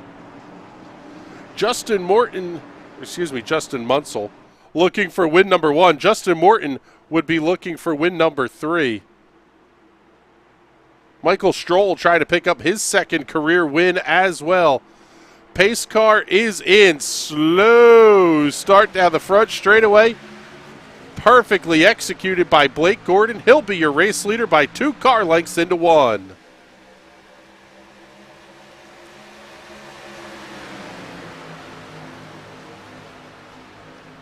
It almost seems like neither line has a huge start the more I'm looking at it. It's just getting that big jump off the start. As long as you can get it, you're golden. Good battle shaping up here between the 98 of Munsell and the 52 of Schwartz. They're going to have Bressie and Shu side by side behind them as well. 4-car pile into 1. Big dive into 1 by Bressie.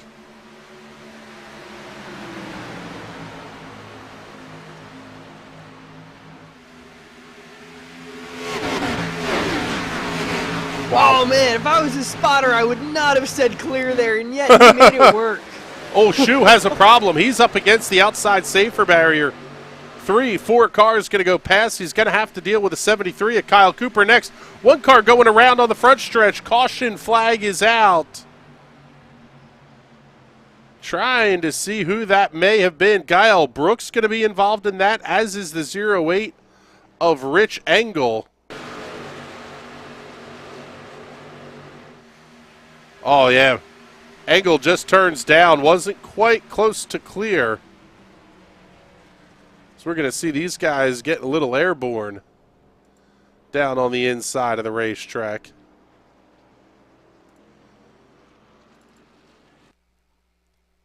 Show this one to you at half speed. We may get a decent look at this one here. Oh, yeah, he got loose on corner exit. 71 just kind of finished him off, and hang on for airtime here as we hit the grass. You could see they're maxing out that suspension almost like a core truck or something. Justin Munsell making his way down pit road, as is Jonathan Schwartz, Guile Brooks, Alex Vicelio, Travis McQuiston, and Rich Engel.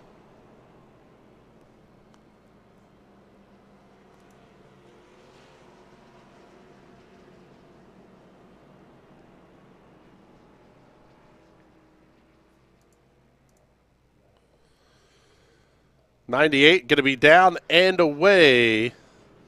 15.27 seconds. And I tell you what, the strategy call looking better and better here if you're Blake Gordon. Let's see if we can't talk to Blake here under the yellow flag as they're off at turn 2. And I'll tell you what, Blake, we were sort of thinking, when is he going to have to stop? Getting a little bit more confident in the stop strategy here at lap 60? No, not really. I don't know how this is going to turn out, honestly. I mean, we're getting close to the point where I might be able to make it on fuel. We're not quite there yet. Really, what I'm hoping for is, we can settle down, get like a 20-lap green flag run or something here, 15 at least, something where the whole field needs to pit again for tires, because I'm pretty sure we all have one set left. That way we can all get on the same set and then, you know, hopefully have a chance here, because pitting now would basically undo anything that I had working here. So just trying to stick it out and see what happens. It almost feels like you're in a little bit of sitting duck territory. If you come, they're not going to. And if you don't come, they're going to take the tires. Yeah, I feel like no matter what, I feel like everyone's going to want tires. When I pit on 64 tires, I think everyone else only had like 10 laps or so on theirs, and I flew through the field. So I feel like if we get a 10 or 15 lap run in a yellow and set up like a 10 or so lap dash to the finish, we're all going to come and get tires. I don't know where I'll be at that point, but hopefully close enough to the front to have a chance. All right, bud. Well, good luck the rest of the way here. Thank you very much for checking in with us. That is Blake Gordon, your race leader. Driving for Endeavor Racing out of Virginia Beach, Virginia.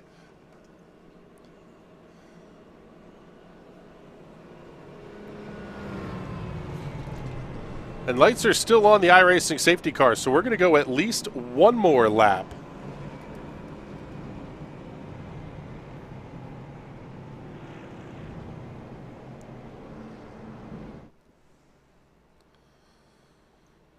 Looks like they'll be coming to the choose this time by.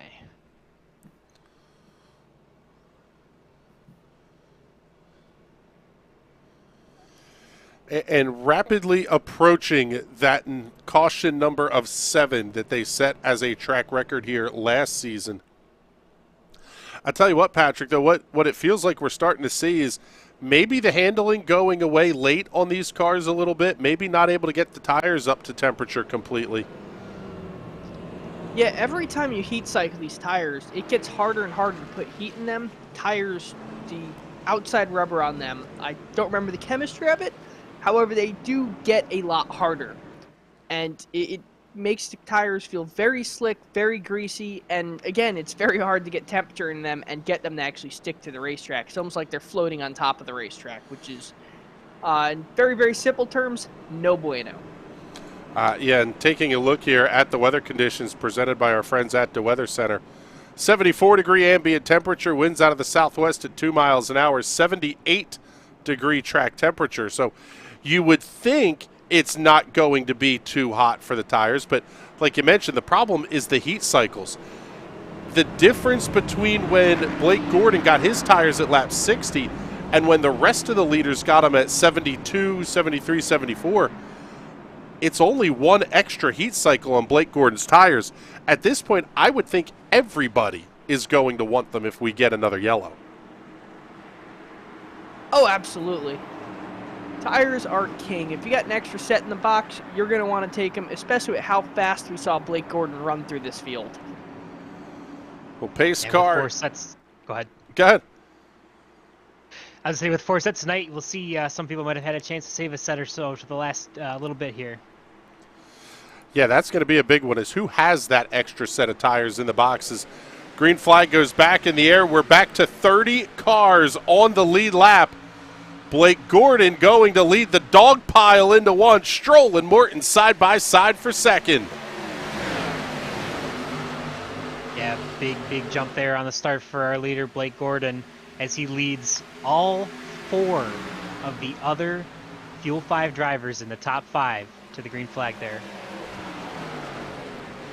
That's a great pickup on that one. We haven't talked about the Fuel 5 in a while here.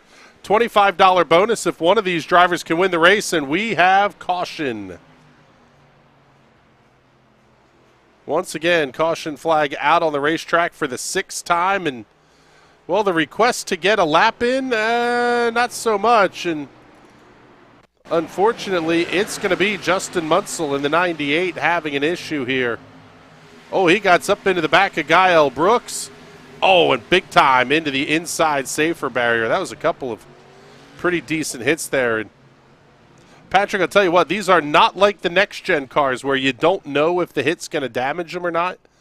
That was a solid enough hit to hurt both of those race cars. Oh, yeah, the Xfinity car compared to the next-gen car, the Xfinity car is like a piece of glass. Actually, they both are pieces of glass, but in their own unique ways. These cars, you can beat and bang the front and rear bumpers a little more, but you get a hit on the side of these things, and it's pretty much game over. Where on the next-gen cars, you can smash that thing into the wall as many times as you want. It'll live through most of it, but they do not like front and rear end collisions. Seeing Tyler Hensley, Don Runkle, Rich Engel, Gael Brooks, Justin Munsell all making their way down pit lane. I would imagine fuel number is good for everybody with the exception of Blake Gordon. I think there is still a question of whether he can make it the rest of the way. The bigger question, though, is going to be tires. And Travis McQuistion stopped at lap number 87. Jonathan Schwartz and Alex Ficellio stopping at lap 86. Now you're talking about having a couple of less heat cycles on it. In fact, 3 or 4 fewer heat cycles than the guys that are all ahead of them.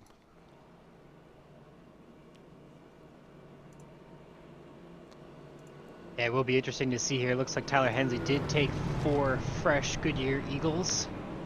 See if he can work his way up through the pack with fresher tires than the rest of them.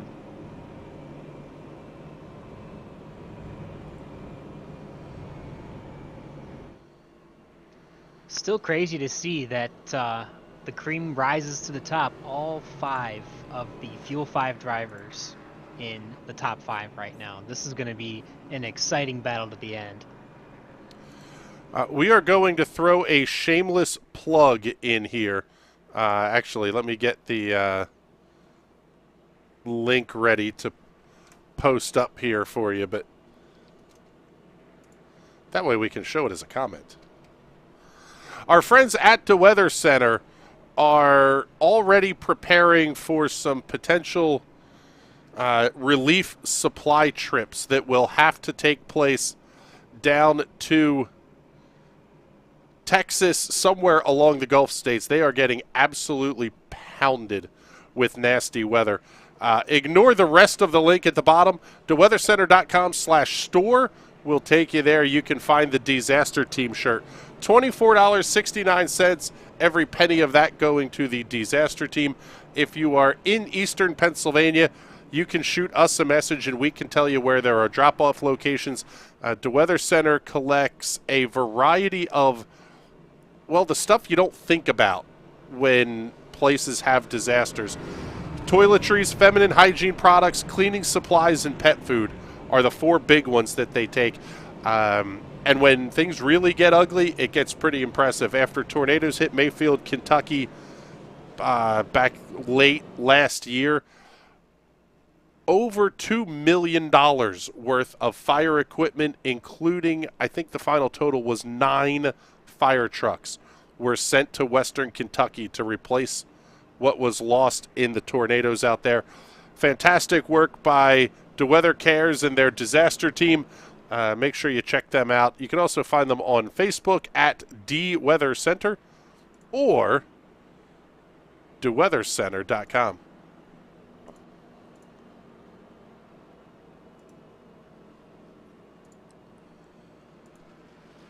So lights are out on the iRacing safety car. We're going to get ready to go back to green flag racing.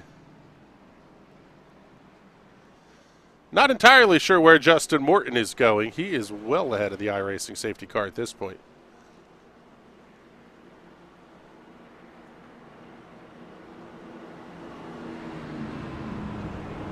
Well, Justin Morton now being scored out of the race. Could we have a connection issue here for Justin Morton?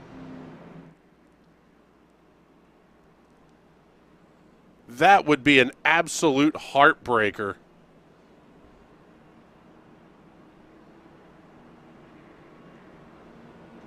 Looks like there could be some connection issues maybe within the iRacing servers, because I think some people are getting kicked out. Could we be seeing another Comcast failure? Comcast failure or weather-related failures. Weather across the entirety of the Southeast is not going to be real pleasant. State of Texas is quite frankly getting absolutely hammered with weather tonight.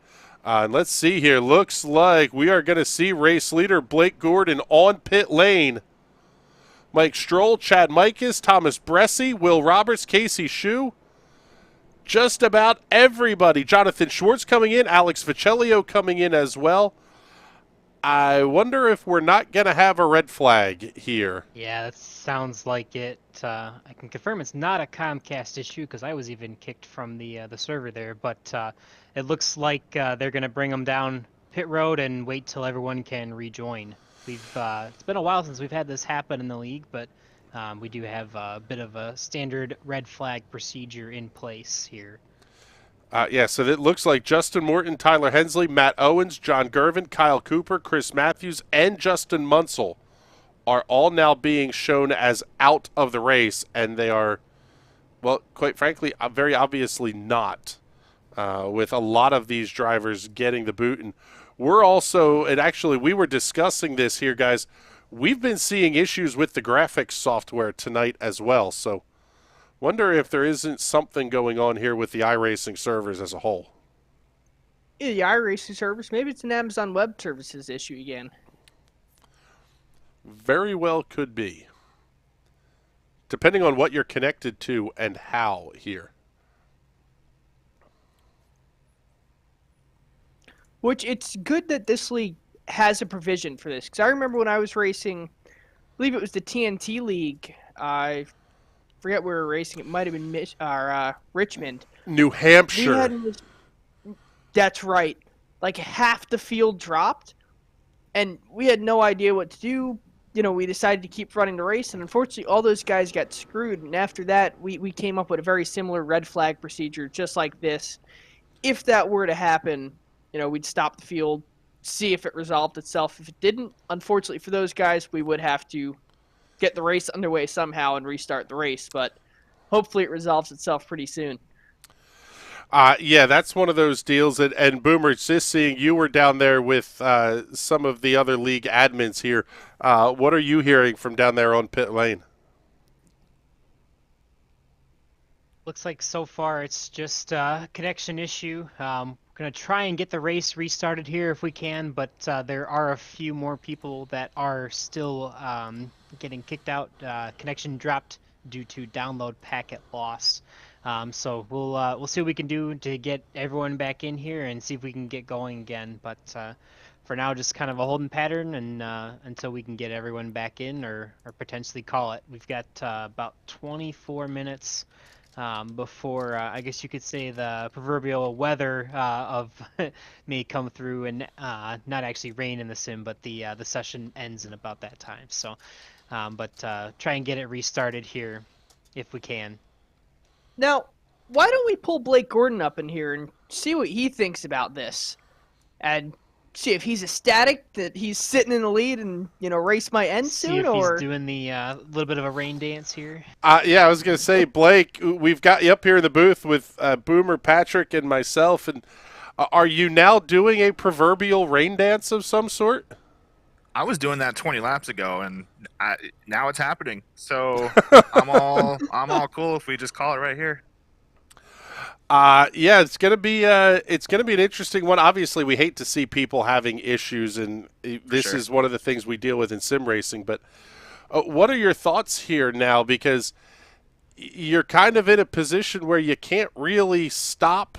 You've kind of got what you got at this point. It feels like.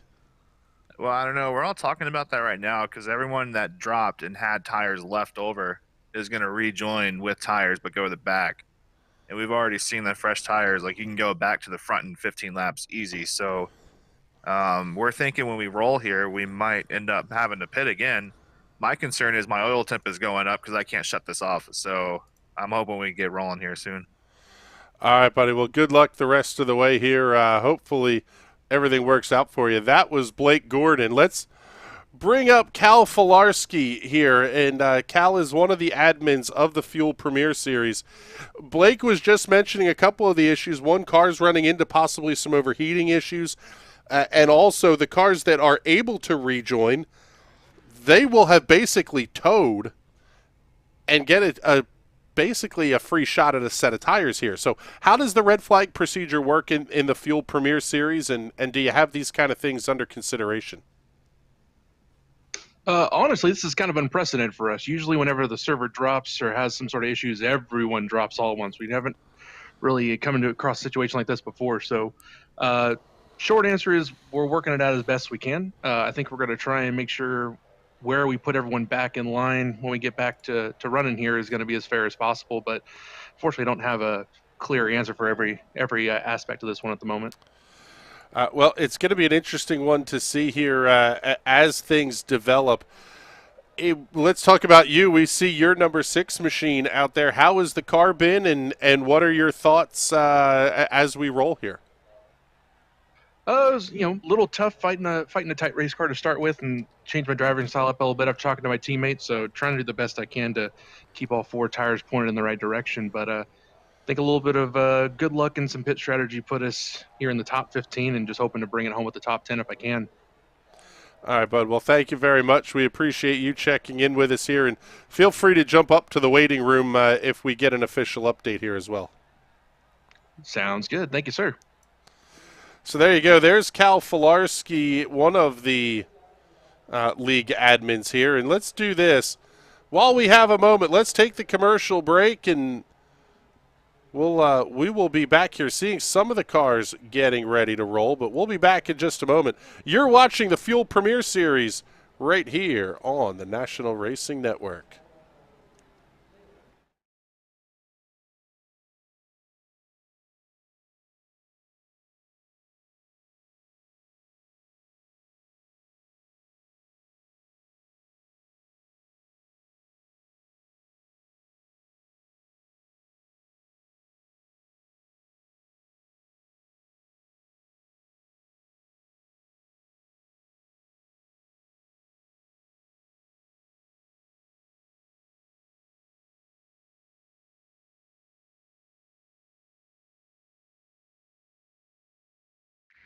I'm Ryan Newman, and since I started with Indiana Donor Network and Driven to Save Lives, I found out that some people think that they can't be an organ donor. The truth is, anyone can sign up to be an organ donor. Anyone? Anyone? Are you sure? Yeah, I'm sure. Anyone can sign up to be an organ donor. So don't count yourself out, because somebody's counting on you. Go to driventosavelives.org and sign up today. But my heart's going to you, Ryan. Love that shirt. All right, everybody, welcome back here to National Racing Network's live coverage of the Fuel Premier Series. Seeing some of the drivers have been able to get back in onto the racetrack, and, well, quite frankly, because of how the procedure is going to work here, everybody that is still in session is going to be able to come around. Well, actually, Boomer, let's have you and Cal kind of run through what the procedure is going to be here. Yeah, so currently everyone that got kicked, it looks like they put them a lap down from the pace laps that were run while they were out of the sim. So looks like we've got those guys moved to the back of the field on pit road. And once we get it all settled out, we should be able to get everyone to roll and start back under yellow flag. Yeah, it looks like the only driver that will likely have to stay on pit road would be Justin Morton. As the field does begin to roll here. We're seeing 95 completed laps for Justin, so everybody else is going to roll. Justin Morton will stay stationary on pit lane. The question now becomes, how tight are we going to be on the time limit here? Still 20-ish laps to go, and I believe an hour and 40 minutes. Yeah, looking like we have just under 18 minutes left in the session here. So if we go green, we should be able to make it the rest of the way, but definitely not a lot of time for extracurricular activities in green-white checkered. So we shall see. Could still be limited by time.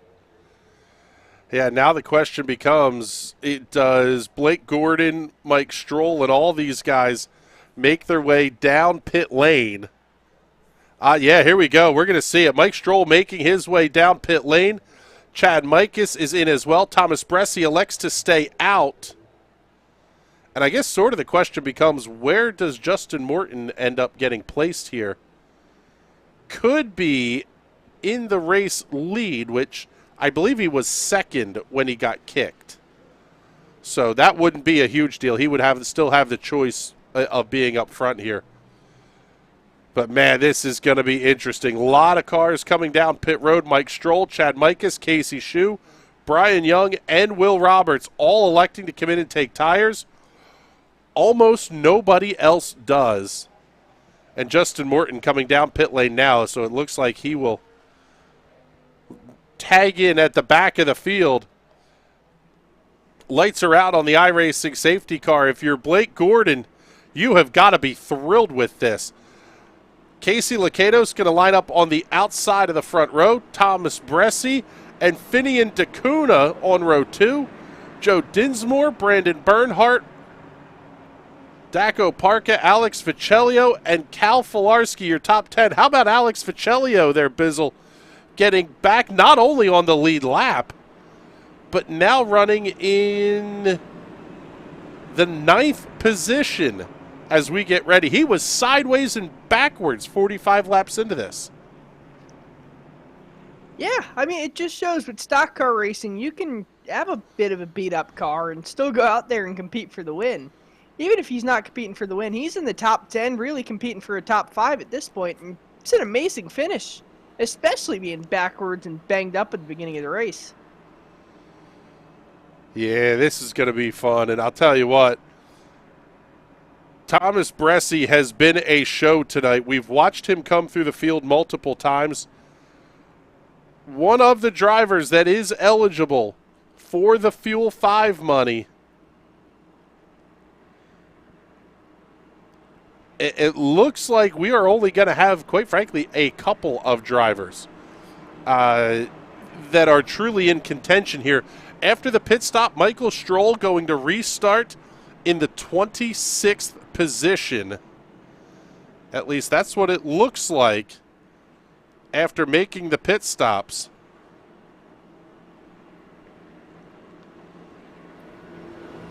The 11 of Justin Morton, tail end of the lead lap. He's going to restart 31st. Alex Ficellio does have a shot at this now. He looks like he's going to restart in the 11th position. Chad Mikas also electing to come down pit road. He's going to restart 27th. So really it's down to Thomas Bressi and Alex Ficellio whether they're going to have a shot here at the Fuel 5 money.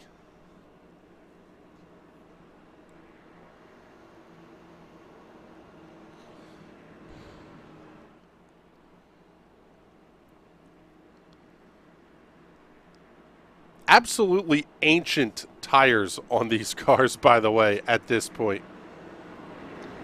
Yeah, your freshest tires I'm seeing, their first person with fresh tires, is Don Runkle Jr. He last pitted on lap 91, so not very long ago. And I wouldn't be surprised if we see him pick up a bunch more positions and get himself to the front of this pack.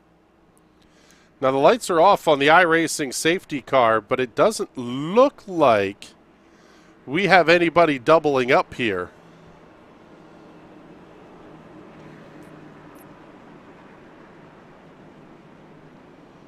Looks like we have got the confusion underway, and I think we're going to be choosing this time by. Okay.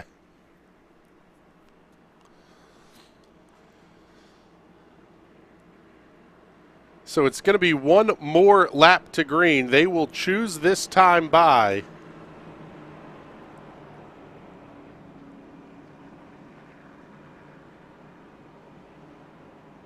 There you see the lights come back on the iRacing safety car, so they'll get the one to go signal. They will be completing lap number 99. Easily the longest caution we've seen tonight, and obviously not of any of the fault of the drivers here, but several getting kicked. Seeing Will Roberts checking in the chat here saying they're going green 99 onto 100. So a 21-lap shootout. So, Ancient tires, new-ish tires, brand new tires. This is going to be fun. Now this race is sponsored by Bagged Milk, right? That is correct. This is the Bagged Milk 180. Then it's perfectly fitting to ask the drivers, how do they say about in Canada? A boot. And that's how you got kicked from your MW3 parties back in the day.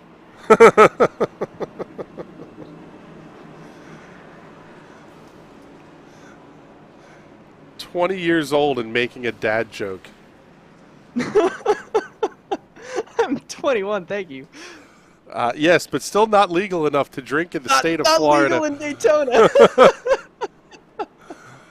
That's a story for another time. Well, we're going to have to start another podcast here on the National Racing Network. Well, now we're seeing some... Story time with Bizzle? I'm not... Yeah, we're seeing more issues here. Justin Munsell appears to have gotten the boot again, as did Gael Brooks. Yep, they're calling the cars back down pit road. Looks like we've had another batch of rain, if you'd like to call it that.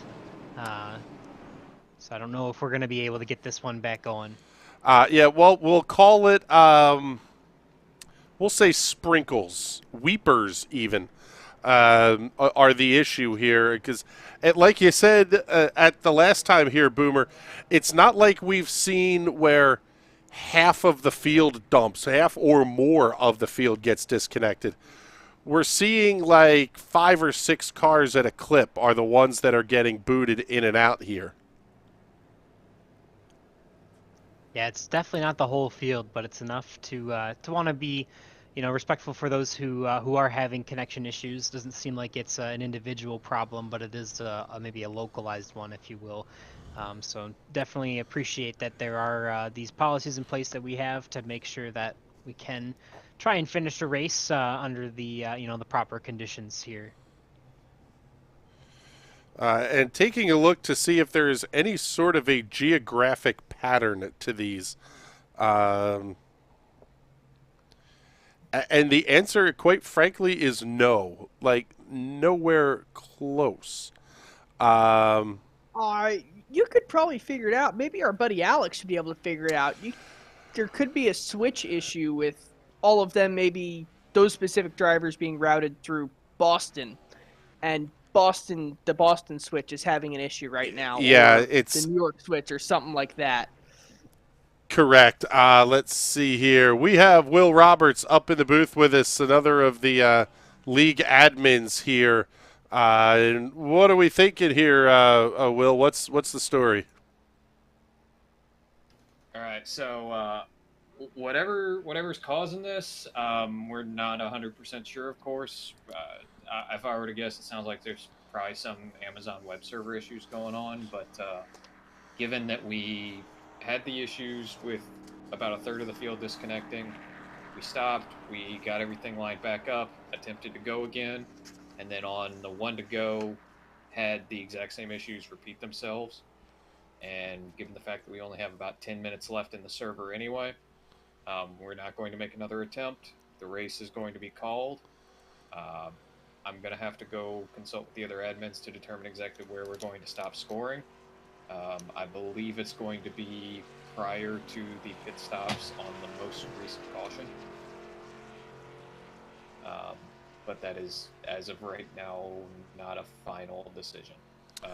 Give us about 5 minutes, and we're going to get that all squared away, and we'll have an announcement. Okay, so it sounds like we will let you and Cal and all the other admins here jump into the super secret admin room. But I guess the question for us would be, would you like us to stay on the air here and I guess we could we can get a release out here pretty much as soon as the race is over here up on the National Racing Network website as well. Yeah, if y'all want to hold for about 5 minutes, let us figure this out. Maybe go to a commercial, and maybe we do driver interviews at that point. All right, that sounds good. Then let us take the break here. We will be back in just a minute. Blake Gordon's already burning them down at the start-finish line. He's fairly certain he's won. We'll be right back with the official results for the Fuel Premier Series Bagged Milk 180. You're watching the Fuel Premier Series here on the National Racing Network. I'm heading out, man. You want to ride? No, I got my car, but I actually really need to go to the bathroom. Dude, are you okay? I am definitely buzzed. Yeah. I think I will take this, and I will take that ride home. If there's one thing every car guy hates, it's cleaning the garage. Do you want to take most of the time and hassle out of that job? Then call Zone Garage of Eastern Pennsylvania and New Jersey. Agnes and her crew will have your garage, shop, basement, or even your porch looking great all the time. With unique patterns and designs, plus the ability to incorporate your logo or any artwork, your space will never have looked better. Installation is done in 1 day, guaranteed, and Zone Garage offers a 20-year warranty on the top coat. Their coatings are durable, anti-slipped, and impact resistant. Give them a call at 570-856-6067. That's 570-856-6067 for Zone Garage of Eastern Pennsylvania and New Jersey.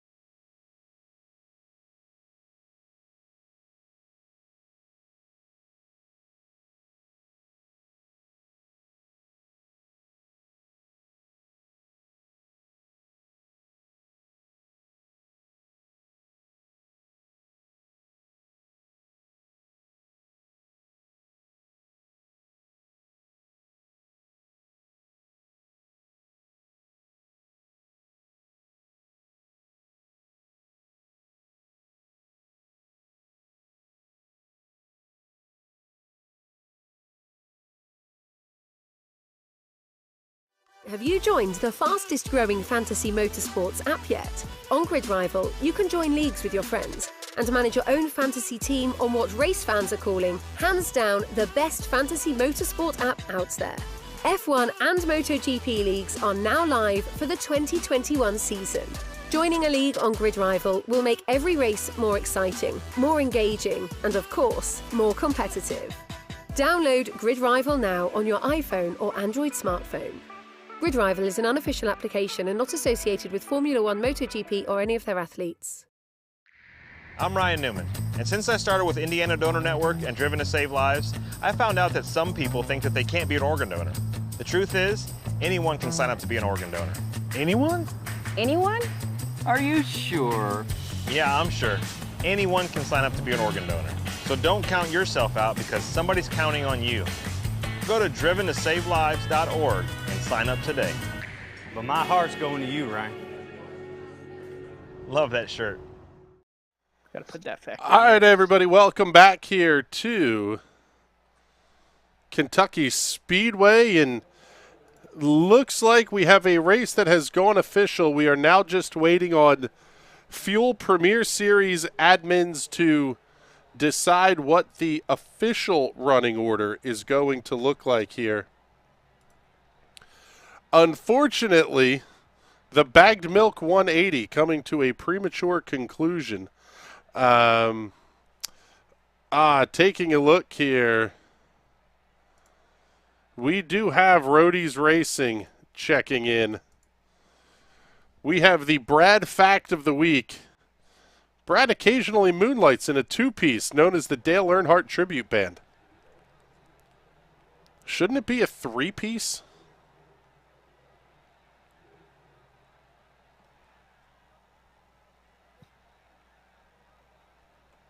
I'm not sure on that one. But I'm loving these bread facts. Last week's was fantastic. The washing machines across Ohio, that one was just mint. Yes. So we are waiting for the final results to come in here. Unfortunately, we will not be able to show them to you. We will provide an update here on nationalracingnetwork.com with the race results, as well as some photographic evidence of the shenanigans here tonight. And that will go up at some point tomorrow. And looks like we have Will Roberts back in the booth here. Will, what's going on? Howdy, good evening. Okay, so official decision has been made. The race is called, effective the end of lap 90. So Blake Gordon is officially your winner. Justin Morton is officially second. Michael Stroll is officially third. Chad Mikas is officially fourth. Thomas Bressi is officially fifth. We will go back all the way through the field and establish the complete running order. That's probably going to take a little while. But we just wanted to go ahead and get that announcement out right now. Yes, and I think the only thing that's going to be worse than figuring out the order is typing that into the updating the Google spreadsheet that has to get uploaded to the points standings website, because that's going to be a mess. Good luck with that, guys. But congratulations to Blake Gordon. And, yeah, let's get our top 5 up here for interviews. And we will get ready to start our Victory Lane festivities off with your race winner. Have to get the right camera queued up here first. And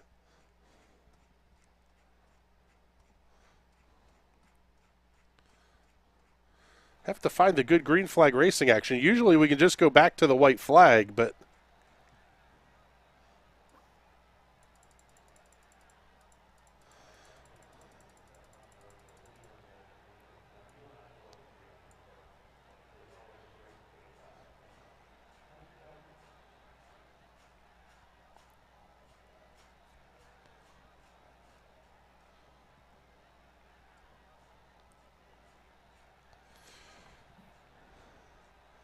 getting your Victory Lane interviews queued up and ready to roll here. And there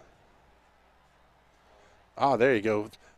There were more issues than what we thought tonight, but let's pick up our race winner tonight, Mr. Blake Gordon. Man, I'll tell you what here, Blake. You were doing the rain dance, feeling the flow, maybe even working it a little bit. Ultimately, a pit stop at lap 60 would serve to be your final stop of the race and carry you to victory. Congratulations.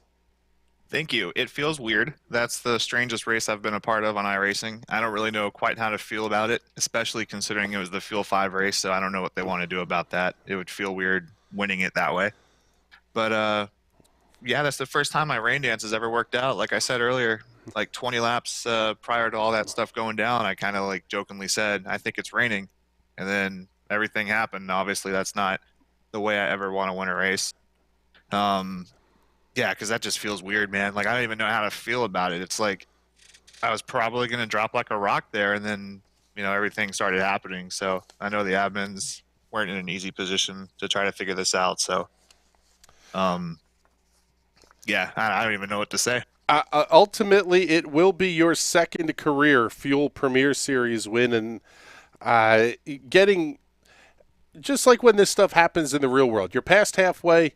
The race can be called official at that point if something should happen, and quite frankly, this is the equivalent of a weather win if you were to look at it from a real-world perspective. It still has to feel pretty good. You made the right strategy calls. The car was a rocket ship tonight. There's got to be some confidence heading into the rest of the season here. It might be. To be honest, though, like intermediate's definitely not my strong point, so this might be the only intermediate fuel one I ever get, especially in the Premier Series. So I guess I'll savor it a little bit, but yeah, hopefully it leads to some momentum, because otherwise during the green flag runs I felt pretty good.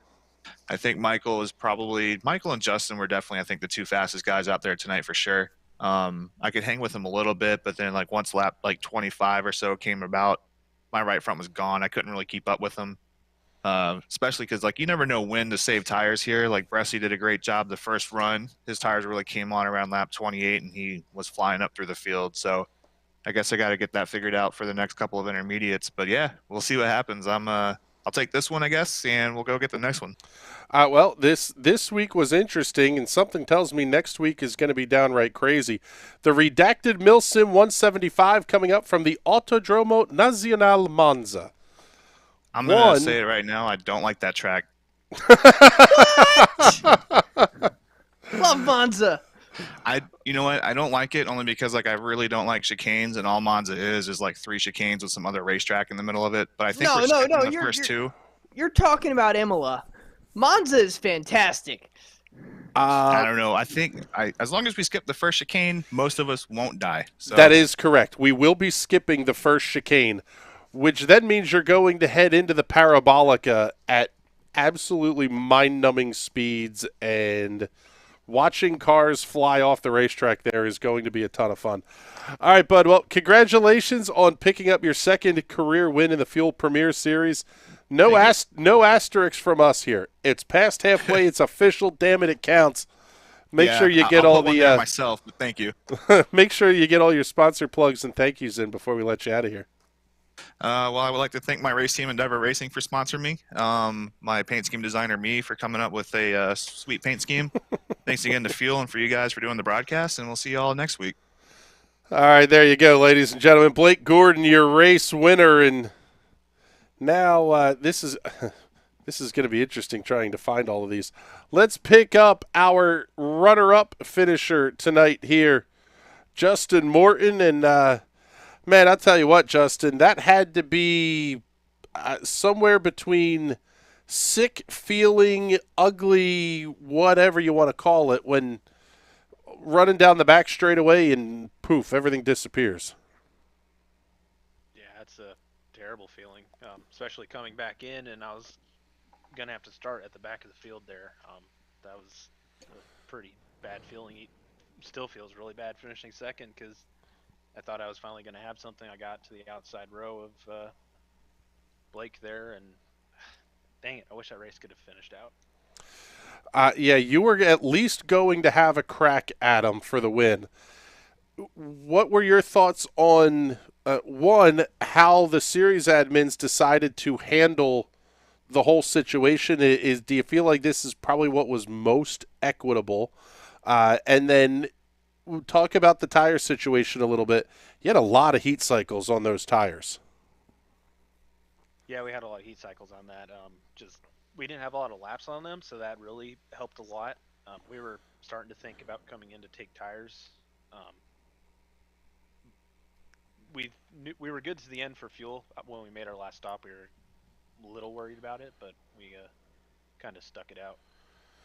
Well, congratulations on a very good run tonight. We'll have to see where points and bonuses and all that kind of stuff shakes out here as we go. But big confidence boost. What do you think as we're heading off to Monza next week? Oh, I'm feeling really good going into road course. I know that's definitely one of my stronger points. I think I won the last 2 in fuel. It's going to be a real challenge with Bressie. I know he really likes Monza. It's probably one of my least favorite road courses to run, but it'll be a good challenge racing with him. All right, Justin, once again, congratulations on the runner-up finish here tonight, and let's make sure we get all those sponsor plugs and thank yous in before we let you out of here. Yeah, I'd like to thank my team, Total Downforce Racing. Hayden, he's a great teammate. I love running with him. Riley's going to be coming back soon. Black Box, great sponsor for us. Pixel Dust, they did our paint. Our teammate James put it together as to make sure all is ready for updated cars and everything. I don't have a list for all our sponsors. There's so many of them for this league, which is awesome. Thanks to the admin team for making I think this was the right call, going back to where everybody had a fair shot at their position. Thank you for doing the broadcast. All right, bud. Well, thank you very much. We appreciate it. And Let's bring up our third place finisher tonight here, Mr. Mike Stroll. And, well, I have to find your car here because with everybody turning laps after the green, there we go. Now we got you. I tell you what, man, fantastic run tonight, setting a new track record and claiming the pole position, coming home with a podium finish. Probably not the way you wanted to get a top 3 out of the deal, but ultimately you came in late on that next to last caution, and you were going to have a long road to hoe. I mean, I'll just talk about my night a little bit. Fastest practice, got the pole, dominated the race. Nothing much more I could ask. I wish I could have gotten a win, but the caution started falling not my way. And I think if it could have gone green the last 25 laps, I could have gotten by Blake. But then, the rain came. Rain came a little bit, and then once we got the track dry, I'm like, all right, we got like 25 laps to go. I think it was. I got an extra set, and I don't like going home with an extra set of tires on the wall. So I figured I'd pit, and I think there was some confusion of whether you could pit or not. And then I came back out. I'm like, wow, nobody came. But I think we're gonna revert back to lap 90 or so like that. So I should still finish P3. Not the result I wanted after all the pace that I had. I really wanted that win. I felt like I was class of the field, and nobody could touch me except for Justin Morton. But it don't go that way sometimes, and I need to look at the bigger picture here. After finishing last week, getting a top 3 this week, I feel like I'm really back in the swing of things to go into Monza next week, and try to keep it on the track there. Well, I was just going to say, after last week's issue, this is almost as good of a finish as you could have asked for, and a good of a performance. What are your thoughts as we head off to Monza? The series has run there before, so it's going to be familiar to most of you guys, but a lot of rookies in the series, maybe not a ton of laps there at Monza. What are you thinking here? Is it as much stay out of trouble as it is try to be quick next week? Anytime I come to a road course, my goal is to keep it on the track and at least get a top 10. I'm in no league with like the guys like Thomas Bresci, who are really good on road courses. I expect him and Justin Morton to kind of run away. That's what they've done the last couple road course races that we had. I do have a little bit of confidence boost because we ran Okayama in the truck series, and I finished 3rd there. So it depends on the difficulty of the course. I never ran Monza. I'll practice a little bit this week, and just try to keep my goals in check and earn as many points as I can with halfway points like I did tonight, and just continue my climb into the point standings. All right, bud. Well, congratulations once again on the podium finish here tonight, and let's make sure you get all those sponsor plugs and thank yous in. Always wanted to go enjoy a cold Dingling lager. Thanks to you guys for broadcasting, and my mind's a little foggy right now with handling all the other stuff we just got dealt with. So sorry, I can't really thank everybody, but I'll see you guys next week. All right, Michael. Thank you very much. We appreciate it. Let's bring in our Primate Pest Control hard charger of the race, Mr. Kyle Cooper. I have no idea how many positions you gained because timing and scoring is all blown to hell. But congratulations. There was a lot of comers, a lot of goers, and you were at the good end of that pointy stick tonight.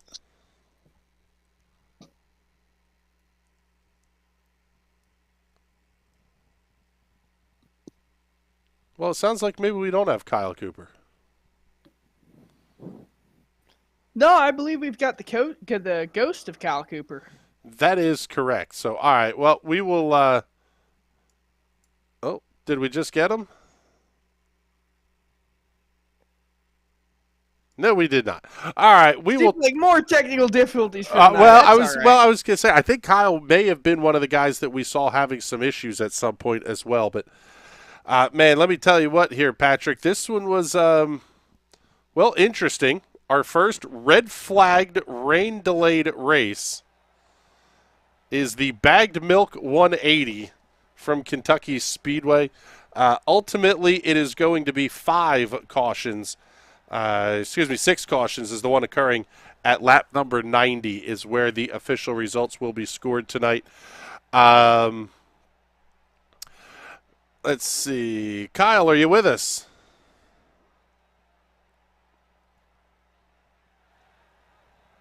Nope, don't have Kyle. That's all right. We'll talk. We will definitely get the interview with Kyle next week. Boomer, let's get a final thought from you here. Interesting race, to say the least. Yeah, I'm not sure what more we can say other than it kind of feels like we got screwed out of a great finish. Yeah, I was definitely excited to see how that was going to go all the way to the end there, to see if the 13 could have held them off on those older tires with the track position he had. But obviously, a little bit of luck falling his way and some weather, or some server issues, however you want to call it. Definitely feel a little bit robbed of a good finish, but don't want to discount all of the fun that we got to see tonight. There's a lot of really good racing, and even a little bit of strategy came in there at the end. So still a lot of fun, even if we didn't get the full 120 laps worth like we expected. Yeah, this one was a pretty good show here, Patrick. It seemed like no matter where we looked throughout the field, there was side-by-side racing, comers and goers all night, managing tires, playing out the strategy games. Until the rains came, this was a hell of a show. Yeah, as always, Kentucky always puts on. These guys, they showed us at Daytona last week. They showed us this week. They know how to put on a show, and that was one fantastic race. Unfortunately, we had a little bit of the internet rain, but it happens. It's rare. It does happen, and I'm glad this league had a good plan for it, and everyone's going to have a fair finish tonight. Yeah, that's a big one. And quite frankly, that's how leagues end up with big longevity, is when you have a good admin team that admittedly, they said they didn't necessarily have a plan in place, but they at least had a concept that they could work off of. That's a very big deal, and it makes drivers want to come back. This is not something that you're making $1 million doing. But let's talk, too. We've got one more interview to get in before we get out of here, and it is for the Nerdy as Hell podcast Rookie of the Race, and that is Brian Young. Brian, congratulations on a very good finish tonight. Tell us about things from your perspective, at least until the rains came. Thank you. You know what? It was a really good race. Apparently this track kind of suits me a little bit. I was doing really good in the first stint right when we went into pit the first time. After that, just with the cautions and the strategy, things got shuffled around so much, it was almost hard to tell where you were in relative to who you were racing, but you know what? It was a really good night overall, and I can't complain. I'm not even entirely sure of where I finished. Well, it's funny because we aren't either. We are taking the admin's word for this one. Is this the oddest thing you've ever had happen in a sim race before? You know what? It's pretty close. The closest thing I would say is the only other red flag that I ever experienced was it was on Forza Motorsport 7, and one of the Xbox party chats that we had going on had somebody join off of a friends list and start trying to sell scammed V-Bucks in Spanish. Or no, Portuguese. So, pretty close. That's insane. But, all right, we'll take it. What are your thoughts here now as we get ready to head off to Monza? Then we've got Indianapolis, and then we finally get an off week after 5 big races here to kick off the season, or 4 races to kick off the season. I'm looking. Good. Go ahead. No, I'm quite looking forward to it. Monza is going to be interesting. I've seen a lot of Monza, but I haven't actually driven it on the sim yet, so that should be pretty interesting. Indy, I quite enjoy, and I'm having a lot of fun. Oh, that's fantastic. Well, congratulations on picking up the Nerdy as Hell podcast Rookie of the Race Award, and let's make sure we get any sponsor plugs and thank yous in before we let you out of here. Absolutely. Thank you, Big Evil Designs, Firelight Esports, Kmart, and all the box stores that don't exist anymore. They're fantastic, and yeah, I'm looking forward to it. Oh, that's awesome. That absolutely makes me smile. Gotta get a Sears logo on that thing. Yeah. My grandmother actually worked at Sears for a long time. That's funny. All right, Brian, thank you very much. We'll try this one more time. Mr. Kyle Cooper, do you have a copy on us?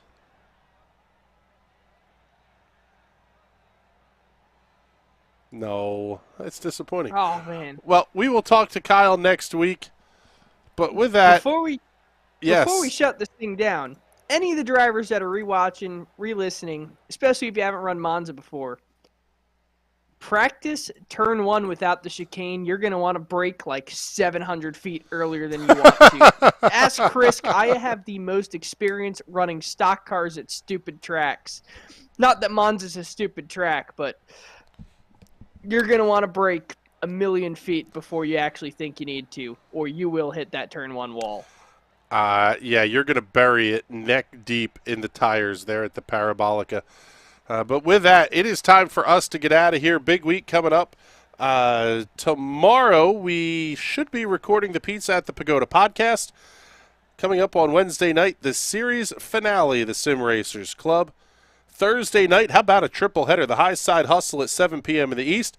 The Grid Rival Ezra IndyCar Series returns at 8:30, and the Indy Pro 2000 Championship back on the air at 10:15. A lot of racing action coming up. Great content thus far this week from our writers on the IndyCar side of things and the NASCAR side. Check it out, nationalracingnetwork.com. Until then, for Boomer Logan, Patrick Byrne, and everybody here at the National Racing Network, my name is Chris Graham. It's been a pleasure having you hang out with us. We will talk to you all soon. Have a good night, everybody.